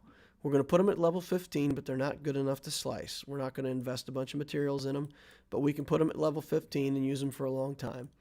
Anything that doesn't fit those categories is just gone, sold. Don't keep it. Don't look at it. Don't ever think about it again. Just get it out of your account. If we look at a mod like this, right? it's pretty mediocre. It's speed, it's protection, it's defense, a little bit of offense down here. So it's got two substats that aren't that great, but it's a protection, and I want that on my Sith Eternal. I was hoping to hit this speed, so I'm investing in this. So this is kind of a desperation mod. Like, this is borderline. You know, when I look at it, I think, well, maybe I shouldn't even have 6-dotted this one. But for those who watch my videos often, you'll know that I'm picky about what I 6-dot, and I'm kind of running out of good mods to 6-dot, so I'm stuck kind of doing some lesser ones. This mod, we leveled up a whole bunch, and we never did hit that last speed hit, but it's got tons of protection and health, and I'm just trying to make my Sith Eternal kind of beefy. So these are weird mods, right? Here we've got an offense mod, and we hit the 5th speed bump as soon as we hit it. It's got crit chance, defense, a bad stat here with flat health that we got hit twice, but good enough, and we hit the 5th speed, and we don't care about this, right? So it's okay to have one bad stat somewhere in there that doesn't throw you off the mod. Here you've got one that's got offense, speed, potency, health. So you don't care, right? I could slice this mod again right now, and anything that I hit is going to make this mod better. So I don't care, right? Boom, potency, we're happy with that. Hit it again, get speed, we're happy with that. Now it's a 21 speed mod, it's finished, we don't get to go after it anymore. But you don't get a lot of these kind of mods that are that good with where everything's good on your account. So those aren't what you're looking for all day, every day. But you do need a lot more of, let's see, let's pick a character that's going to be mediocre. You need a lot more of these kind of mods, right? 5 speed, defense, some stats that are okay, one throwaway stat, but you know, these are the mods that end up in your account that are good enough for now, and that you level them up, and then you keep transferring them to characters you don't care about. Now, Barriss, if I ever relic Barriss, I'm going to have to go back here and fix her mods, right? Because she's got pretty mediocre mods. We just went for health on all these different areas. We're not 6-dotting these mods. Here's one that's got health, protection. It's got pretty good stats, and it's one of those good enough for now mods. But yeah, that'll have to be replaced with something that either has speed or more health or something. This one has 12 speed, some tenacity, some health, and flat health down here. Really terrible flat health too. Look at that, 267. That's like, is it 250 minimum? So that's like one of the worst rolls you can get. So, but it's good enough because of the speed, right? So that's it. You got to balance out some of these mediocre mods, some great mods, some mods that are good enough for now. Hope that all makes sense. Nabokov said, I'd do GK, Padme, and Bosk. GK to me is not a critical relic for that guy's account. It's good to get, but he needs to try to improve his placement in squad and fleet from where he's at. I think with better mods and a relic Padme, he could easily be getting top 100.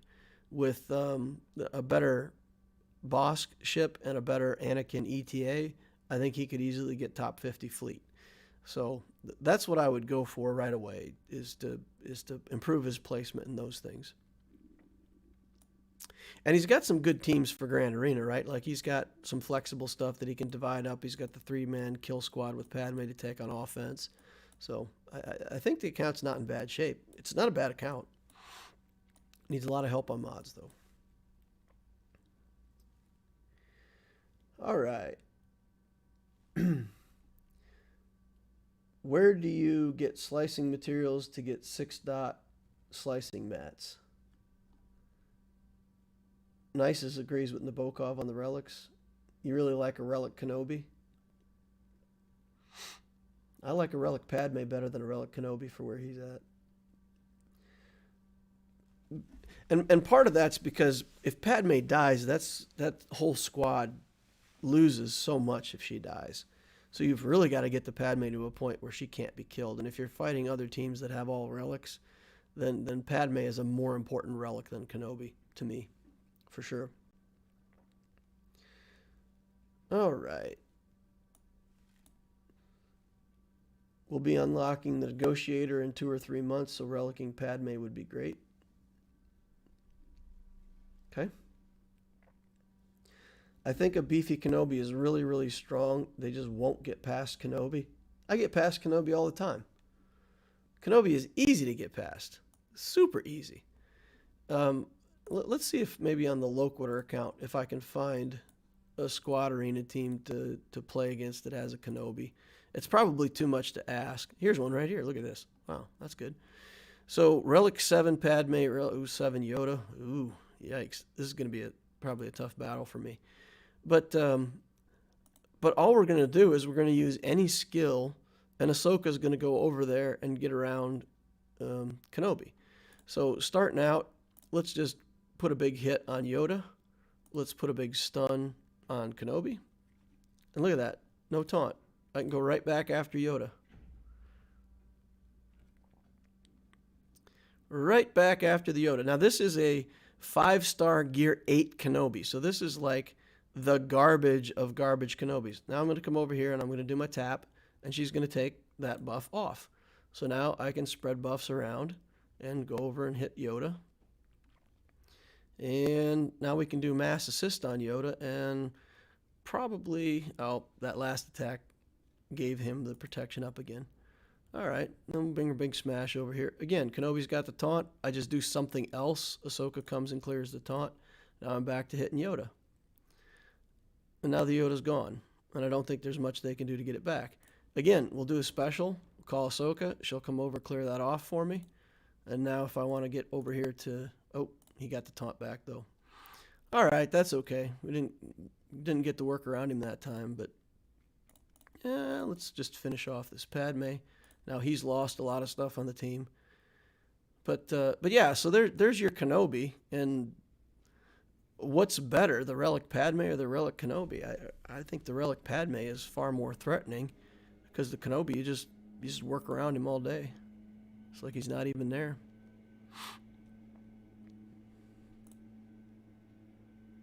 All right. So let's see. Kenobi get wrecked by Darth Revan because of all the defense penetration. Padme Mirror, you probably want 2 tanks or even running Barriss as the 5th. In the Padme Mirror, you want 2 tanks? Why do you want 2 tanks? In the Padme Mirror, you just control...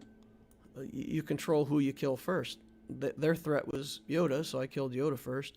In a normal team, Anakin's always going to be the big threat, but his Anakin was like Gear 12, and the Yoda was Relic, so we had to go after the Yoda first. But I don't know. I don't feel like you need 2 tanks. The enemy had a Relic Padme, and it did him no good. It did him better than Relic Kenobi would have helped. 2 tanks if you're setting Padme on defense, not offense. Okay, yeah, that makes sense. Yeah, so. But even with 2 tanks, if you have the mirror match and you have offense, Ahsoka's just going to be able to work around. Again, that's why I Zeta'd the Ahsoka. It's not because it made the Ahsoka that much better. It's that it allows me to do that assist and remove debuffs, or remove buffs from the opposing team. And then you just walk circles around whatever it is that they're trying to do. That's how I see it. Anyway, Relic Kenobi is good. He fits in your Jedi team. He fits in a lot of different places. Relic Padme can also solo. I don't know if you guys have ever seen Padme solo, but especially at low levels, you know, Relic 5 Padme can solo a heck of a lot of teams, just on her own. If they put bounty hunters or something like that on defense, you can take a Relic Padme against that and solo it, because they'll get all kinds of attacks out of turn. She'll have protection up all the time. She'll resist all of their debuffs with her skills. It's crazy what she can do.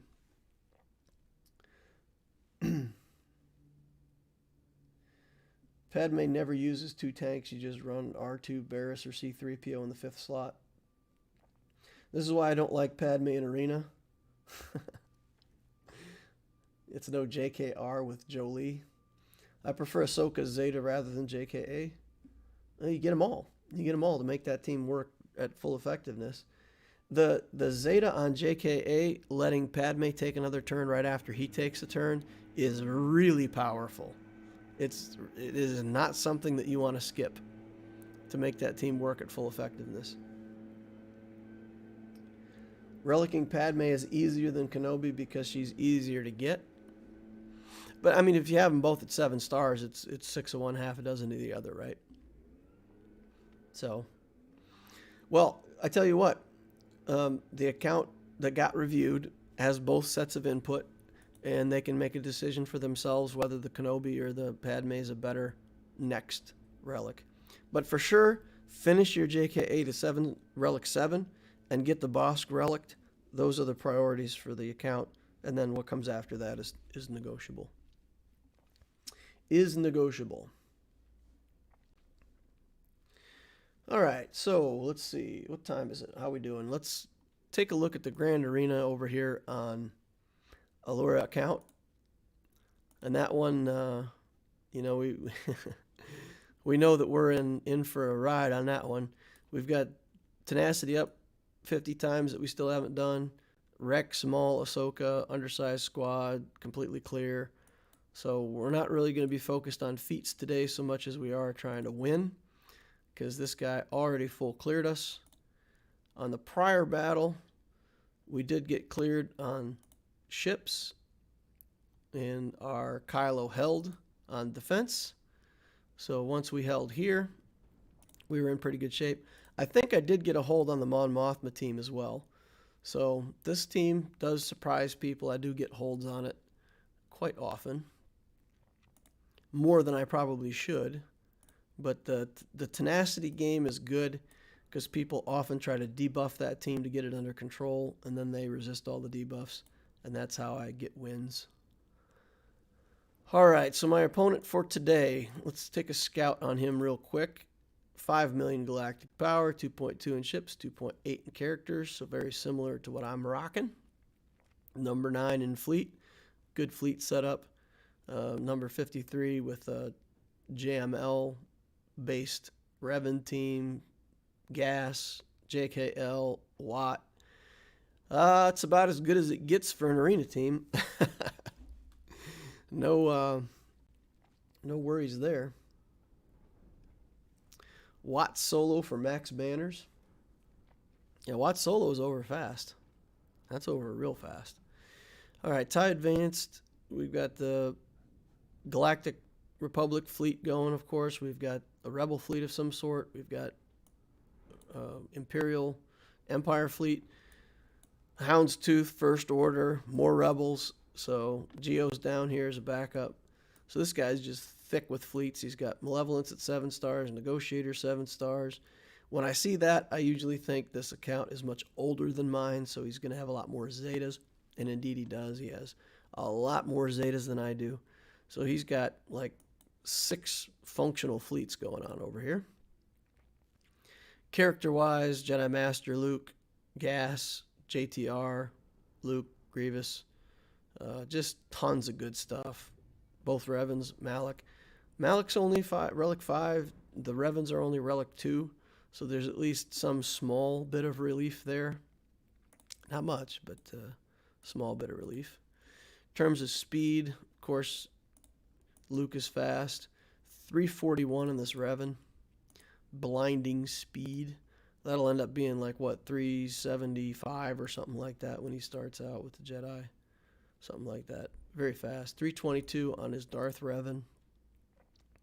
Hermit Yoda's 320. Yeah, 321. So tons of speed. Wat Tambor, over 300. 315. Lots. Bastila Shan, still 306, I think. Yeah, if I remember right from scouting. Thrawn, still 303. So we're looking at a row and a half worth of characters that are all over 300. So this guy's actually got me on mods, got me on relic level characters, a lot of stats. And of course, that shows he came in, destroyed my entire setup in one hit. So what he put on defense, Padme. We've got this team here.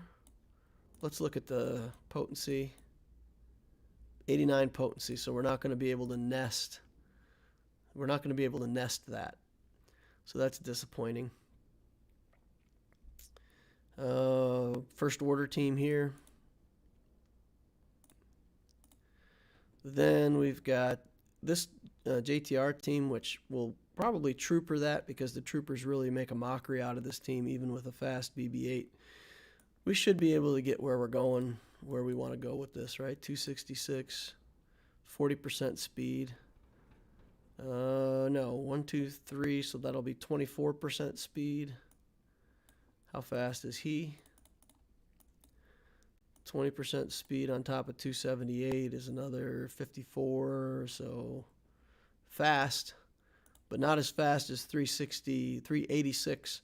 386 on my Moff Gideon, so I don't think he's going to beat 386 with that. Then we've got this this team here, which we're probably going to have to Revan.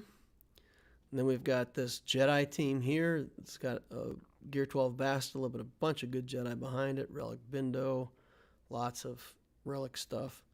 So have to take something serious in against this.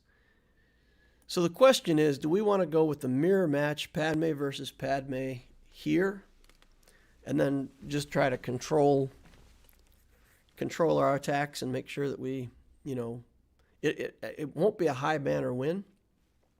The other thing we could do here is Sith Eternal Emperor. I haven't practiced that matchup at all. So you guys have to tell me, can Sith Eternal beat this? Because we can link Kenobi and Anakin right away, and then it feels to me like, or maybe even link Ahsoka and Anakin, and then it feels like the damage in this team is really dropped off. So I feel like if we just go Wat C, then we should be able to get a good high banner win against this. Does anybody know? Tell me in chat how you feel about that matchup. C with alt. Yes, C has the alt now. Mirror match with Padme is low banners. Probably use it on a different team. It probably could. You're going to need a bit of efficiency for this round. Maybe save C in case JML is on the back wall. No, JML beat my... When you see a clean win, one shot on SLKR with his lineup, I've got to believe that his JML was in the team that beat SLKR. If it wasn't and his JML is on the back wall, then I don't know what to say. You have 4 Jedi, so it's easy. You're going to need a bit of efficiency. Okay, do you have armor? I do, but my armor is not big enough. I mean, one area effect from him, and it'll be over for armor. The armor version of my team is going to be a lot lower banners. If you believe JML was used on SLKR, then C is a safe counter. Yeah, I can't guarantee it, but among his other stuff, gas, I mean, he might counter this with gas, right? That's the other thing that could, but this is tough for a gas team to beat with the 2 tanks, and I do have Relic 7 on Hux and the Lobster Trooper Relic 8 here. I feel like this team would be tough for gas. He does go crazy for 5s in a way that makes that a viable team, so maybe gas. Use tank tech on C. C and Watt should work. Yeah, so that's it. C and Watt should work here, but then if JML is on the back wall, then I'm open for JML. So he might have gas on defense. Gas is inconsistent against Kylo. Yeah.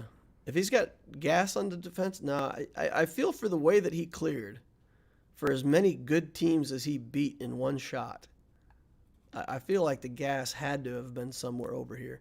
And I'm sure that he did gas with one clone against this or something like that and just wiped it out.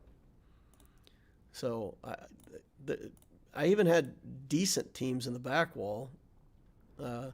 I put the Geos back here, but then I put Luke on the back wall because just looking at his account, I felt like I needed some good defenses.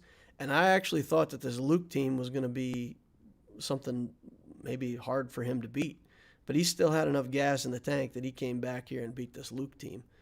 So when I look at that, I think, man, that's got to be. He had to. I can't. I feel like this back zone can't be too great.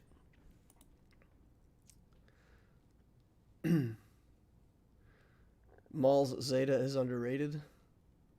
You can use JKR with JKL to beat SLKR. So that's what my thought was initially, but they probably saved JML for offense since you have C.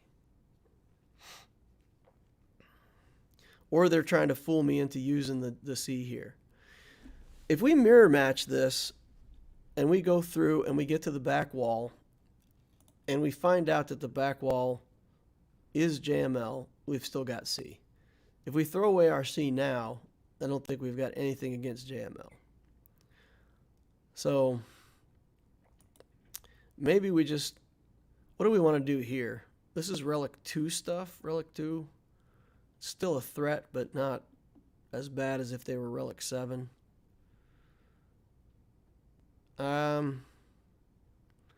I feel like Triumvirate. I mean, Triumvirate's just a safe bet against those guys. And I don't feel like I need to use Triumvirate anywhere over here. Right? Maybe we'll even Vader this team. They'll have high tenacity, so maybe we can't Vader that team.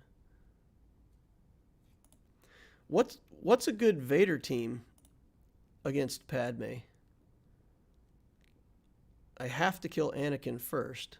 I can't accidentally damage Barriss too much, or Anakin will go crazy. So maybe, I don't know if I got enough sauce to just force crush, call Anakin. I don't know. That doesn't seem like a safe win. You're overthinking it. Padme is his best defensive squad. You see and get it dealt with. All right, fine.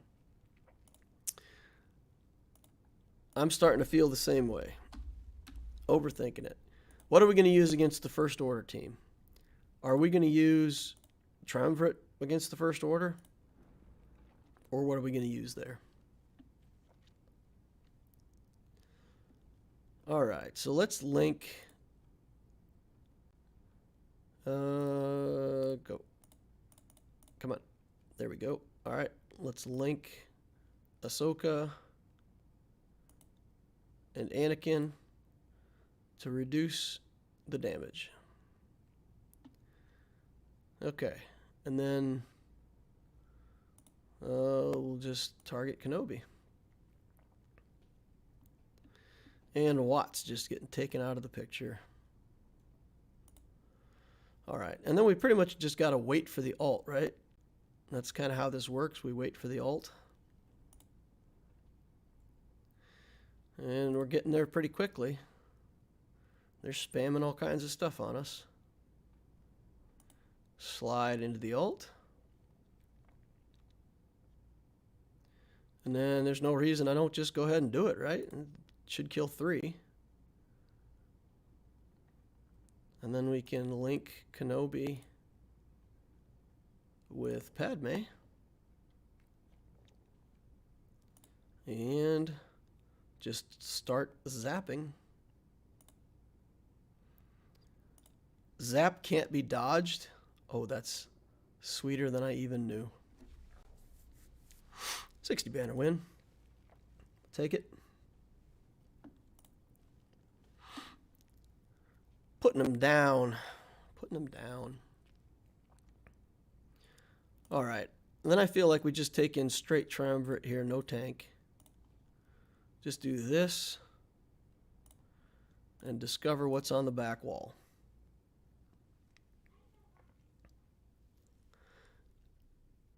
Let's isolate this Kylo first. That stun doesn't matter. No, we're not going to do that yet. I can isolate somebody else. Who do I want to isolate? Let's see. I might want to isolate Lobster. The Lobster Fest. isolate him so that he can't get any extra attacks. That might be the best move here. Cut down their damage. And then, like usual with Triumvirate, this is just kind of a slow and steady sort of a win. Takes a while, but usually pretty effective. Usually like a 51 banner kind of thing. Alright, getting close to that execute. Held by hatred. We can live again if we need to. Let's try to do some damage to him. Alright, now let's kill this old school Kylo. Oh, we got a taunt in the way. Got a taunt in the way. We may have to kill Unmasked first. Okay, you can go first.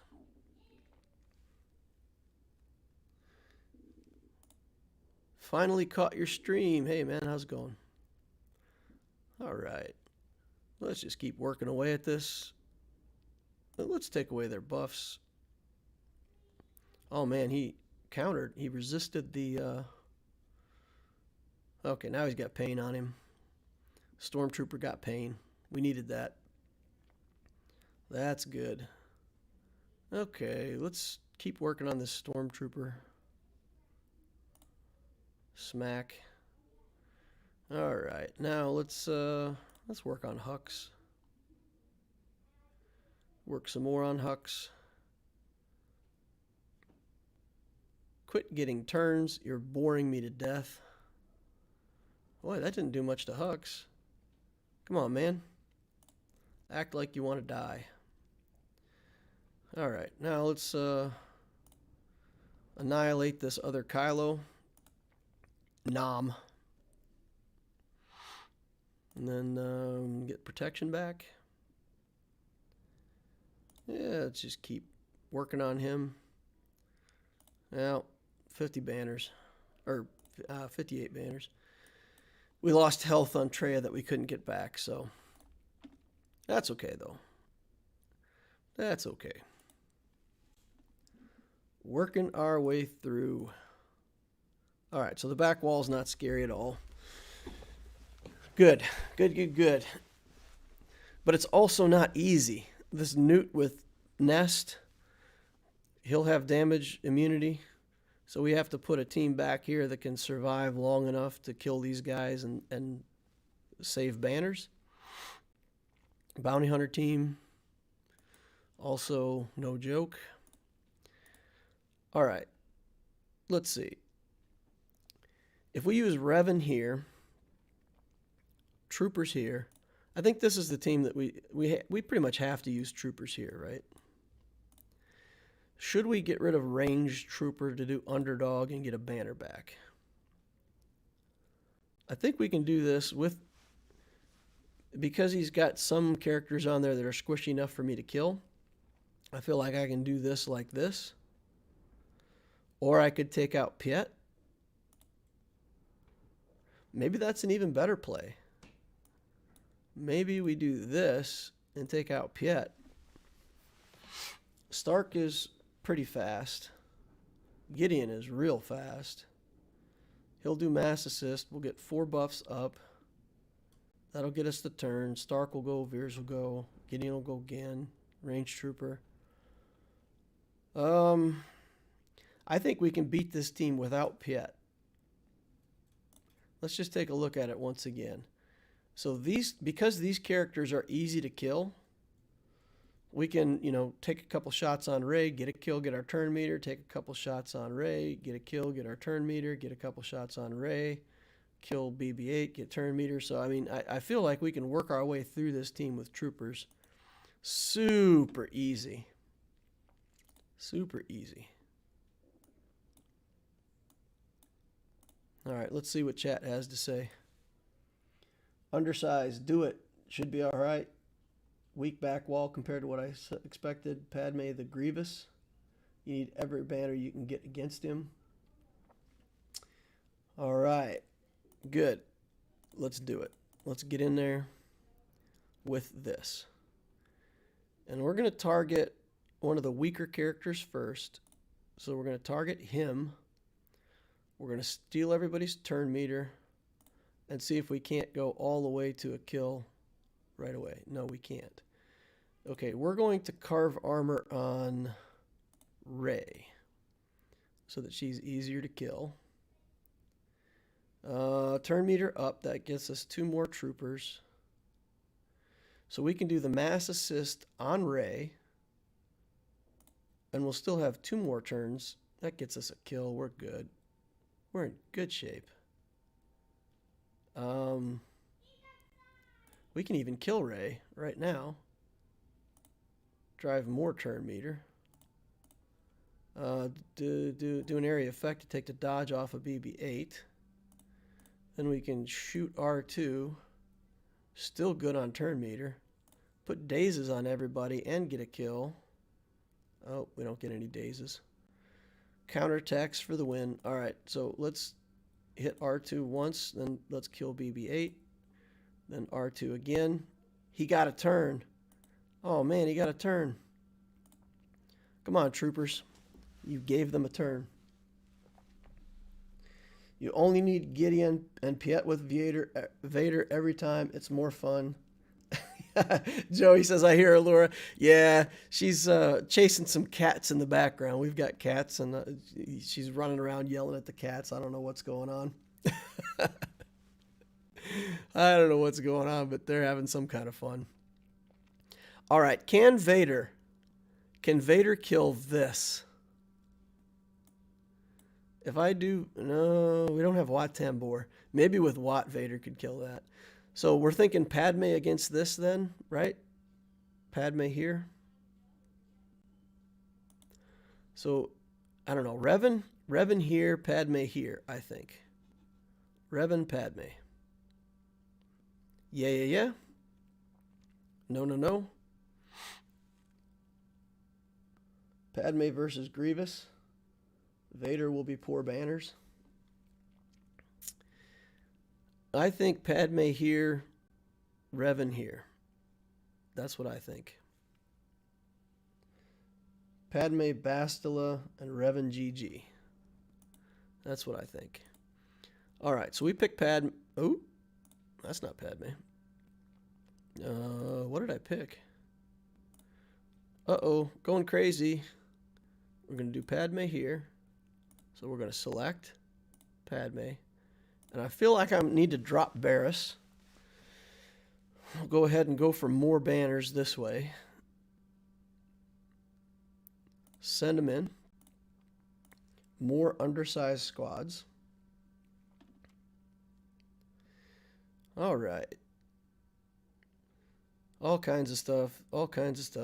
They get 540 turns.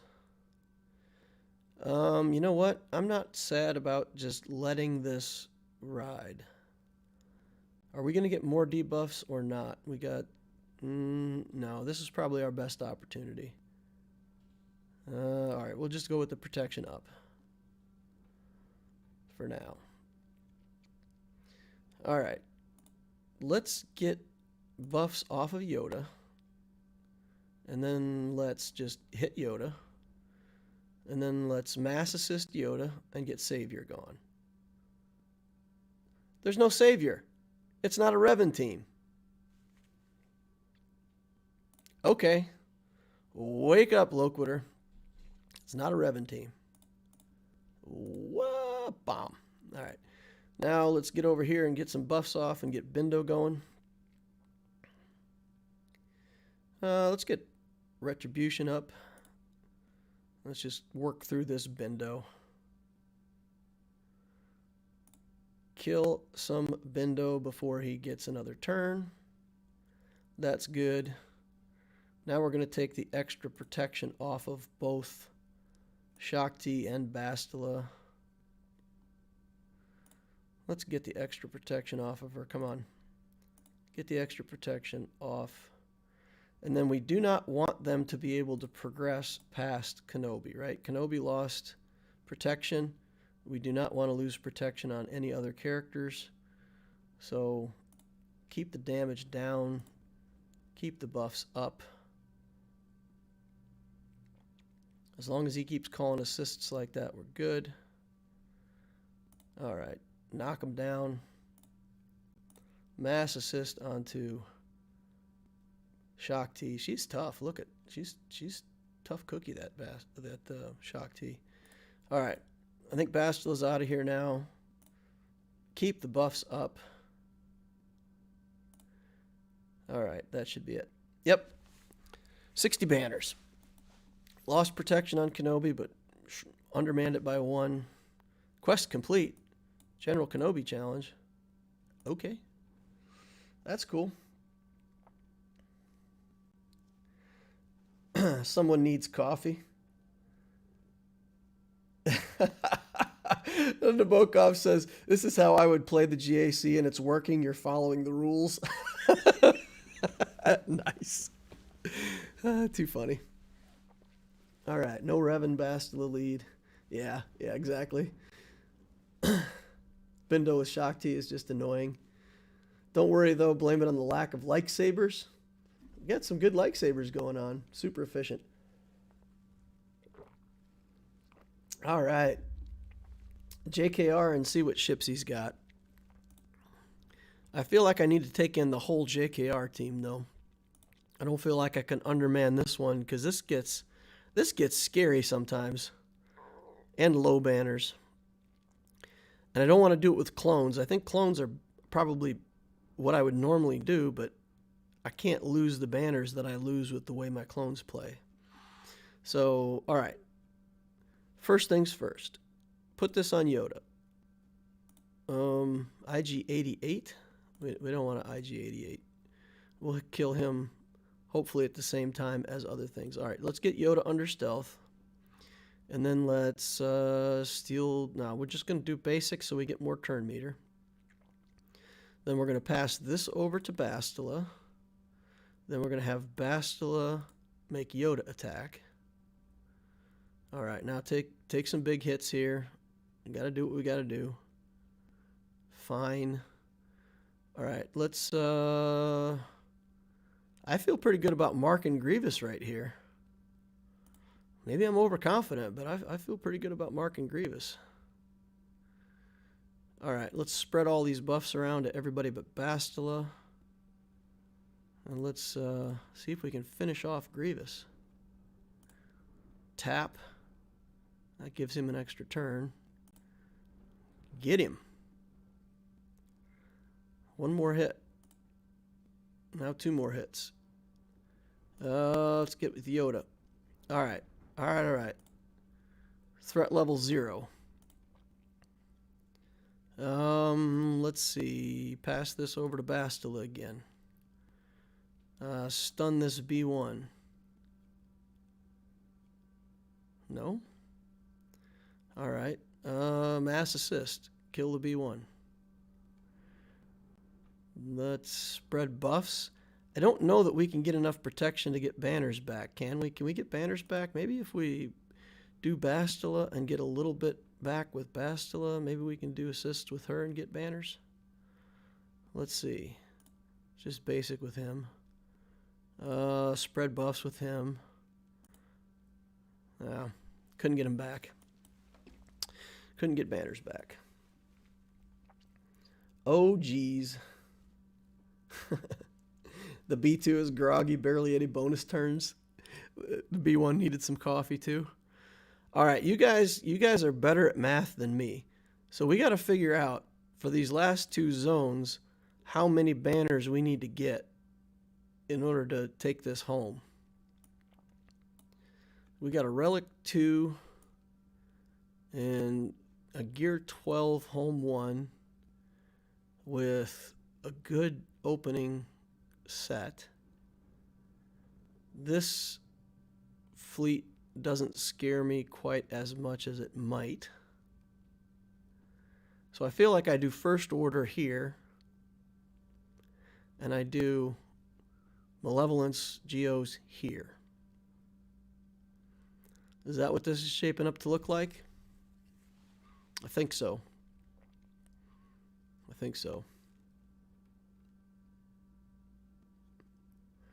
How much is each zone worth if you can clear it? The ships, is it 153? 186. 186 to conquer ships. 180 to conquer the character territory. I think ships is not too much optional, right? So we're gonna go with this,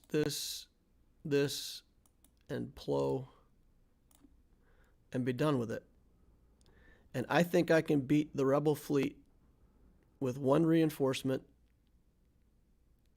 like this. But it is so hard not to just take in the second reinforcement, because if I need it, I have it. Yikes. 55.5 banners on average for everything to win? 56? That's easy.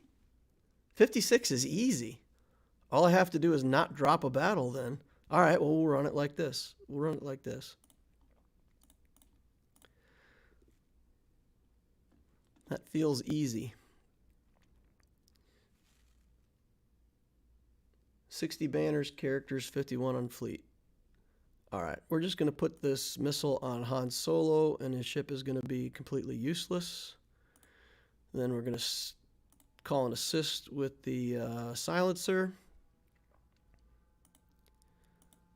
Boys, I don't even know. I don't even know why these rebels try. Why do they try? Look at this. You know what they're doing right here? They think they're killing Kylo Ren, but you guys know what they're really doing, right? You know what's really happening there? They're just ramping up his damage. They're like, get more damage, get more damage, get more damage, get more 15% more damage every time they tickle me. Right? That's crazy. All right, and Biggs. All right. Biggs, die. Oh. Not enough sauce to kill him yet. All right, let's go over here and kill him. Biggs is stunned. Got a reinforcement. Let's take Biggs out this way, get advantage. And then let's not even stall. Let's just nuke this dude before he can get another reinforcement in. Nuke him. Get him. 63 banners there. Good. They're tickling him. Kylo doesn't like to be tickled. No, he gets very angry. He gets increasingly angry the more you tickle him. All right, let's take in this thing that we got here that we still don't know how to use. I'm still a noob when it comes to using this malevolence. And we've got a Geo. We've got a Geo. And we've got a Sunfac? That's not a Sunfac. Where's my Sunfac? There it is. And we got a couple more Geos in here as reinforcements. And I don't know, do we need anything else? Maybe another droid ship that can call reinforcements or something? What can we... We need a tank, right? Because the only thing you need to do is keep your own stuff alive, and you can keep regenerating the little ships. So, let's see. What's tanky that I can bring in that I definitely won't need for something else? I don't know. I feel like there's a lot of ships here. We'll bring this in just in case we need to chaff something. Probably overkill, but let's go. Just take spy and soldier. I'm loading up. I'm loading up. Remember, guys, we can't drop a battle. It's very important that we do not drop a battle here. While I only need an average of 55 banners or whatever, once I drop a battle, all of that goes out the window. None of it works. Okay, let's get a stun on him. And then let's see, what do we want to do here? Is this the cleanse? All cannons fire, offense down. No, this is the cleanse. We're going to cleanse, get another little ship going. And then that little ship is going to go ahead and hit this TIE fighter. Oh, I'm sorry, that was our bomber. Wasn't paying attention. I thought that was the new little ship that we got. Okay, spy.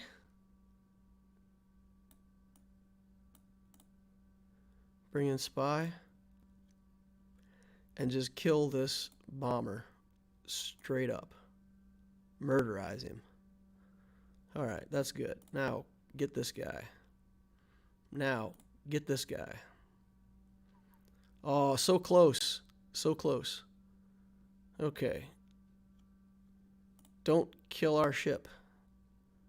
Don't kill our little... Oh, I could have ignored taunt with that guy. Yikes. Come on, Loquitur, don't misplay. Damage all. Done. Okay, so we didn't lose the ship. 59 banners. That's okay. I can live with that. A win's a win. We didn't drop a battle yet. Okay, 1822.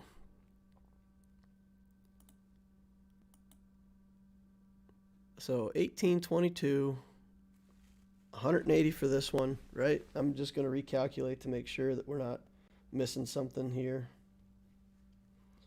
2102, 1822, 180. I need 100 banners. We need 100 banners between these two. Okay. So we've got bounty hunters.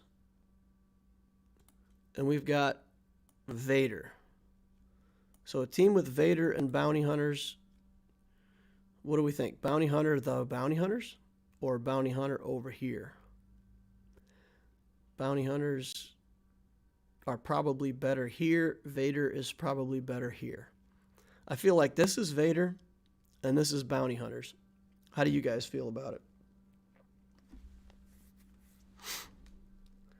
Piet adds offense to Vader for the nasty nest.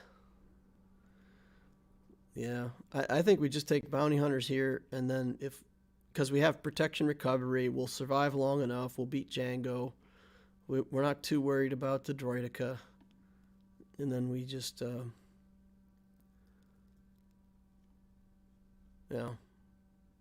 we deal with these guys with Vader. Brain is so massive, no calculator needed. Nice, Aiden. Snipe nest with Major, with Mando. You have Mando, yes, snipe nest. Bounty hunters against Newt will work well. That's solid. Okay, so we'll do bounty hunters here. And we'll take in the Boba Fett. Boba or Django? I think we still have a Django Fett, don't we?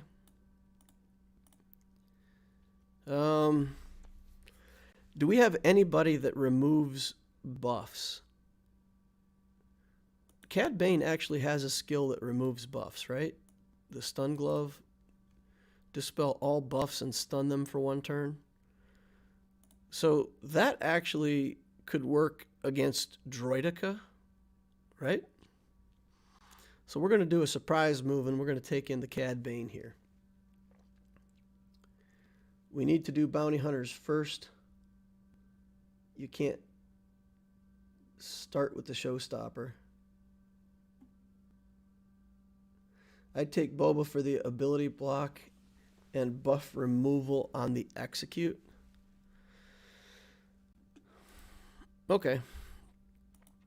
All right, I can live with that. I can live with that. He can remove buffs on his execute. All right, here we go. Up. And let's just target the droideka. Maybe we can just go ahead and kill the droideka before it's even relevant. Stun him. Get the blocks going. Droideka's down. We don't even have to worry about him. Phenomenal. All right. Let's see if we can stun Dooku. Or just kill Dooku. Then we'll poof nest. Then, let's stun Gunray. And then we're just wasting time at this point. Wasting time. Django's going to take a year and a half. Oh, man, I needed to get rid of the newts. I didn't get rid of the newts. That's no good. All right, let's get Newt out of here. Goodbye. Let's pay the Newts. Let's pay the Newts. And see if we can get a stun on him with Aura Sing. We're not going to get back around to get our protection back up. Oh, we got 60 anyway. She got a little protection back from the attack. Good stuff. Solid. Good, good, good. All right, and then what do we want to do here with Vader? Vader, Thrawn, Piet. That's it, right? Are we done there? Or do we want to take in... Do we want to go Palpatine and Vader like that? Just to be completely rude. That gets us an extra Force Crush off the start, right? Nabokov is screaming inside. EP lead, Vader, Thrawn, Piet. Use the Piet mark on Thrawn. Thrawn heals himself. Stack the buff, and it's glory after that. To troll Nabokov, leave out Piet. Boink! Like that. Go in, battle. No EP Zeta makes Vader sad. Yeah, well, I'll get EP Zeta someday. This, I need to name this team. EGAD. Name it EGAD. That's an exclamation, right? EGAD. There's your name right there. Nope, I spelled it wrong. EGAD. There's the name for your team. Emperor, Grand Admiral, Admiral, Darth Vader, EGAD, EGAD. Team named. And then sometimes we'll put somebody down here. That's reserved for Snoke. Then it can be EGADs.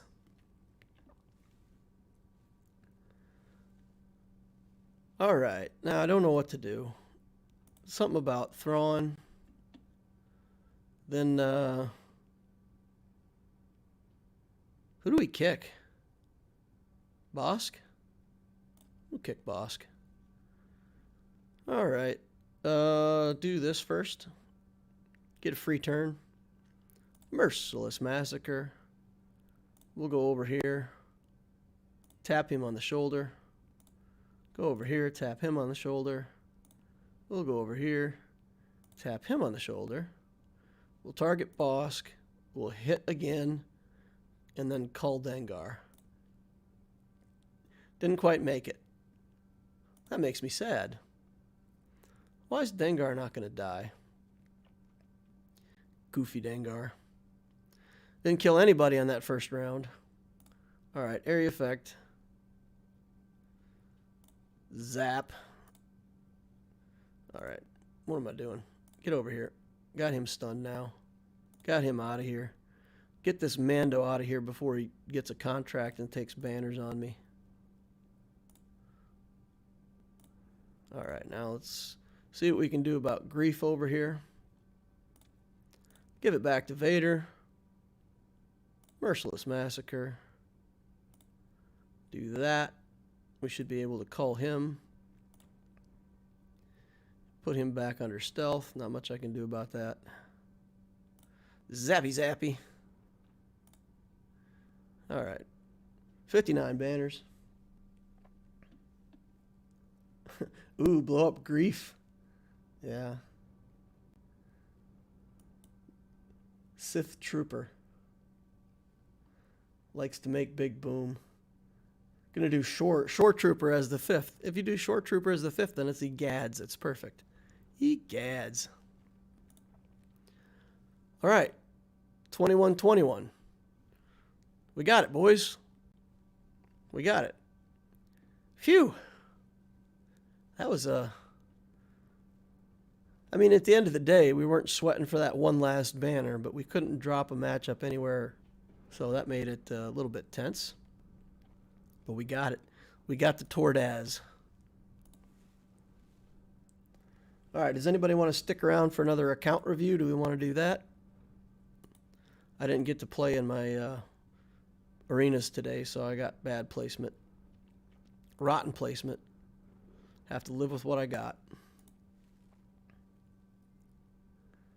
Solid win. Nice. Cool. You know, Piet was used with Vader, so it's a wall of chats from Nabokov. 18-point win. Yep. You didn't see the points for the last win.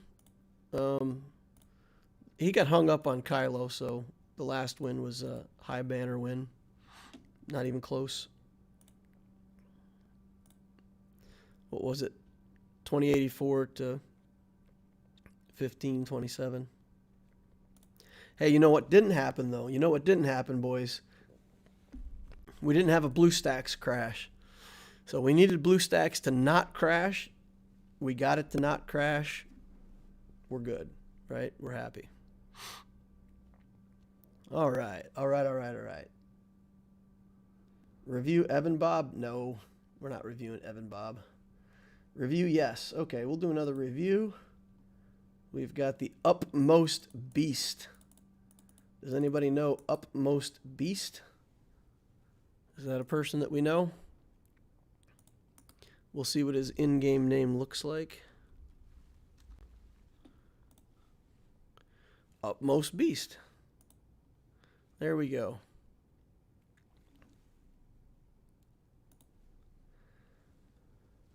All right, so how big of an account is this? What are we looking at? 827,000 galactic power, 300 in ships, 500 in characters. If somebody could do me the favor of going over in Discord and just yelling out to this guy and make sure that he has the chance to join us if he can. Okay. Solid win. Thanks, Griff. Good. It's good. I like challenging ones, you know. You come in, it's a full clear, it's a challenge right from the start. You just look at it and you go, man, ooh, that's going to be a tight battle. Those are the ones that I like. It's fun to play that way. All right, current championship rank, 546 in Division 10, 399 in fleets, 1972 with GOs in Arena. So he was what, 827 on galactic power. Looking at ships, he's got the Vulture droid and the Geos. He's got Slave 1 and the TIE Fighter at 5 stars, Houndstooth at 5 stars, so he's got enough ships to do the Zeta challenge. That's good. He built the Phantom and the Ghost. Okay. I guess if you're going to. Vulture droid and Houndstooth are the key 2 ships to be working on. Got to finish out that Sunfac. So I would say in this order, finish out the Sunfac. And for hard nodes, keep working on your Bosk and keep working on the Vulture droid. Yep, that's good. We got to get these Geos up, though, over on characters. You're using them as your arena team and also as your fleet. So the soldier and the spy need to get more gear and better mods. Vader at Relic. We already tried this account and couldn't reach them. Okay. Well, we'll make this very brief then. We'll go through it and just for the benefit of any viewers with the low-level account. Vader, Merciless Massacre, Relic, some 6-dot mods. Speed is at 246, which is good. Got a critical damage triangle in there. Decent damage. Potency. Yep, potency on the cross. So this Vader is built pretty well. It's built for some crit damage. You could also do offense on the triangle either way. But decent Vader for this level of account. Good mods. We got the Palpatine. The Palpatine's got a Zeta. He's reasonably fast too, 218. Potency everywhere. So we got a good Vader. The Geo Brute Alpha is looking a little wimpy though. He's gear, what is this, gear 9? Is that gear 9? I think that's gear 9. 1 bar is 10, 2 bars is 11, and 12 is this. Yeah, so that's gear 9. Definitely need work on the Geos. So I would say before you build any other teams on this account or work on more stuff or building up your empire or anything like that, I would put a lot more effort into these geos. That's going to help your fleet. It's going to help your team that you're currently using for Squad Arena. I mean, you do have Padme coming up, but I would definitely beef up these geos, especially the pilots, and get your fleet placement better. Getting the top 50 in fleet, even a top 100, is going to be so much better than what we're getting here. I didn't see Tarkin at all. Tarkin needs work too. Yeah. My advice for this account, for where you're at, just work on fleets. Just blow it up on fleets. Geos and Tarkin. And keep chipping away at the Bosk. Brood Alpha to make your Geos better. The mods look okay, though. I mean, it looks like you know what you're doing on mods. Even for the mods that you have at this level, they're decent. You're doing the right kinds of things. 7 speed, 15 speed, 10 speed. Yeah, so these are decent for a sub 1 million account. No problems with that.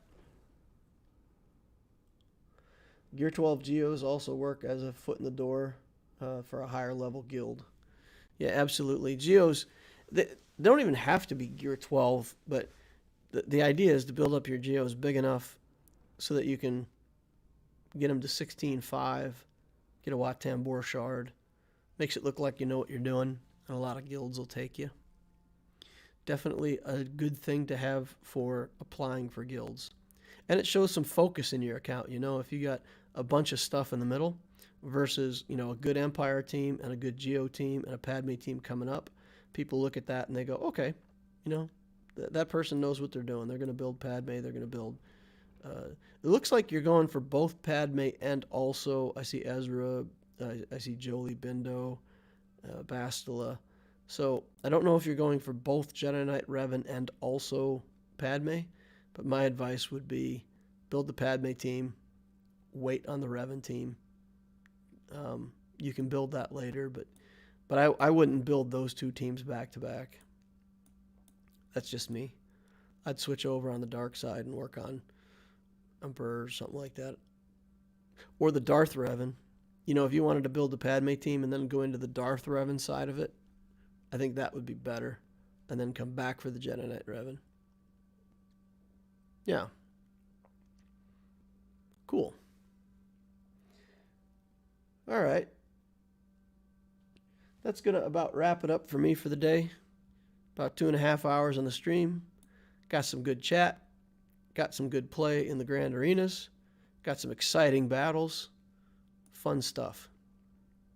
Answered a bunch of questions. So I appreciate all you guys. I really do love it that you come out to watch. And you guys make it a lot of fun for me. I like the chat. I like the suggestions that you give. Helps me out. Talking me and just quit talking and fight the battle against Padme. I needed that. I needed a little kick in the butt. So appreciate you guys. Thank you all. If you haven't already subscribed to the channel, please do so. Activate the notification bell so you can see when I got more videos coming up. Join us over on the Discord. Lots of fun stuff going on over in the Discord. And I will see you all in the next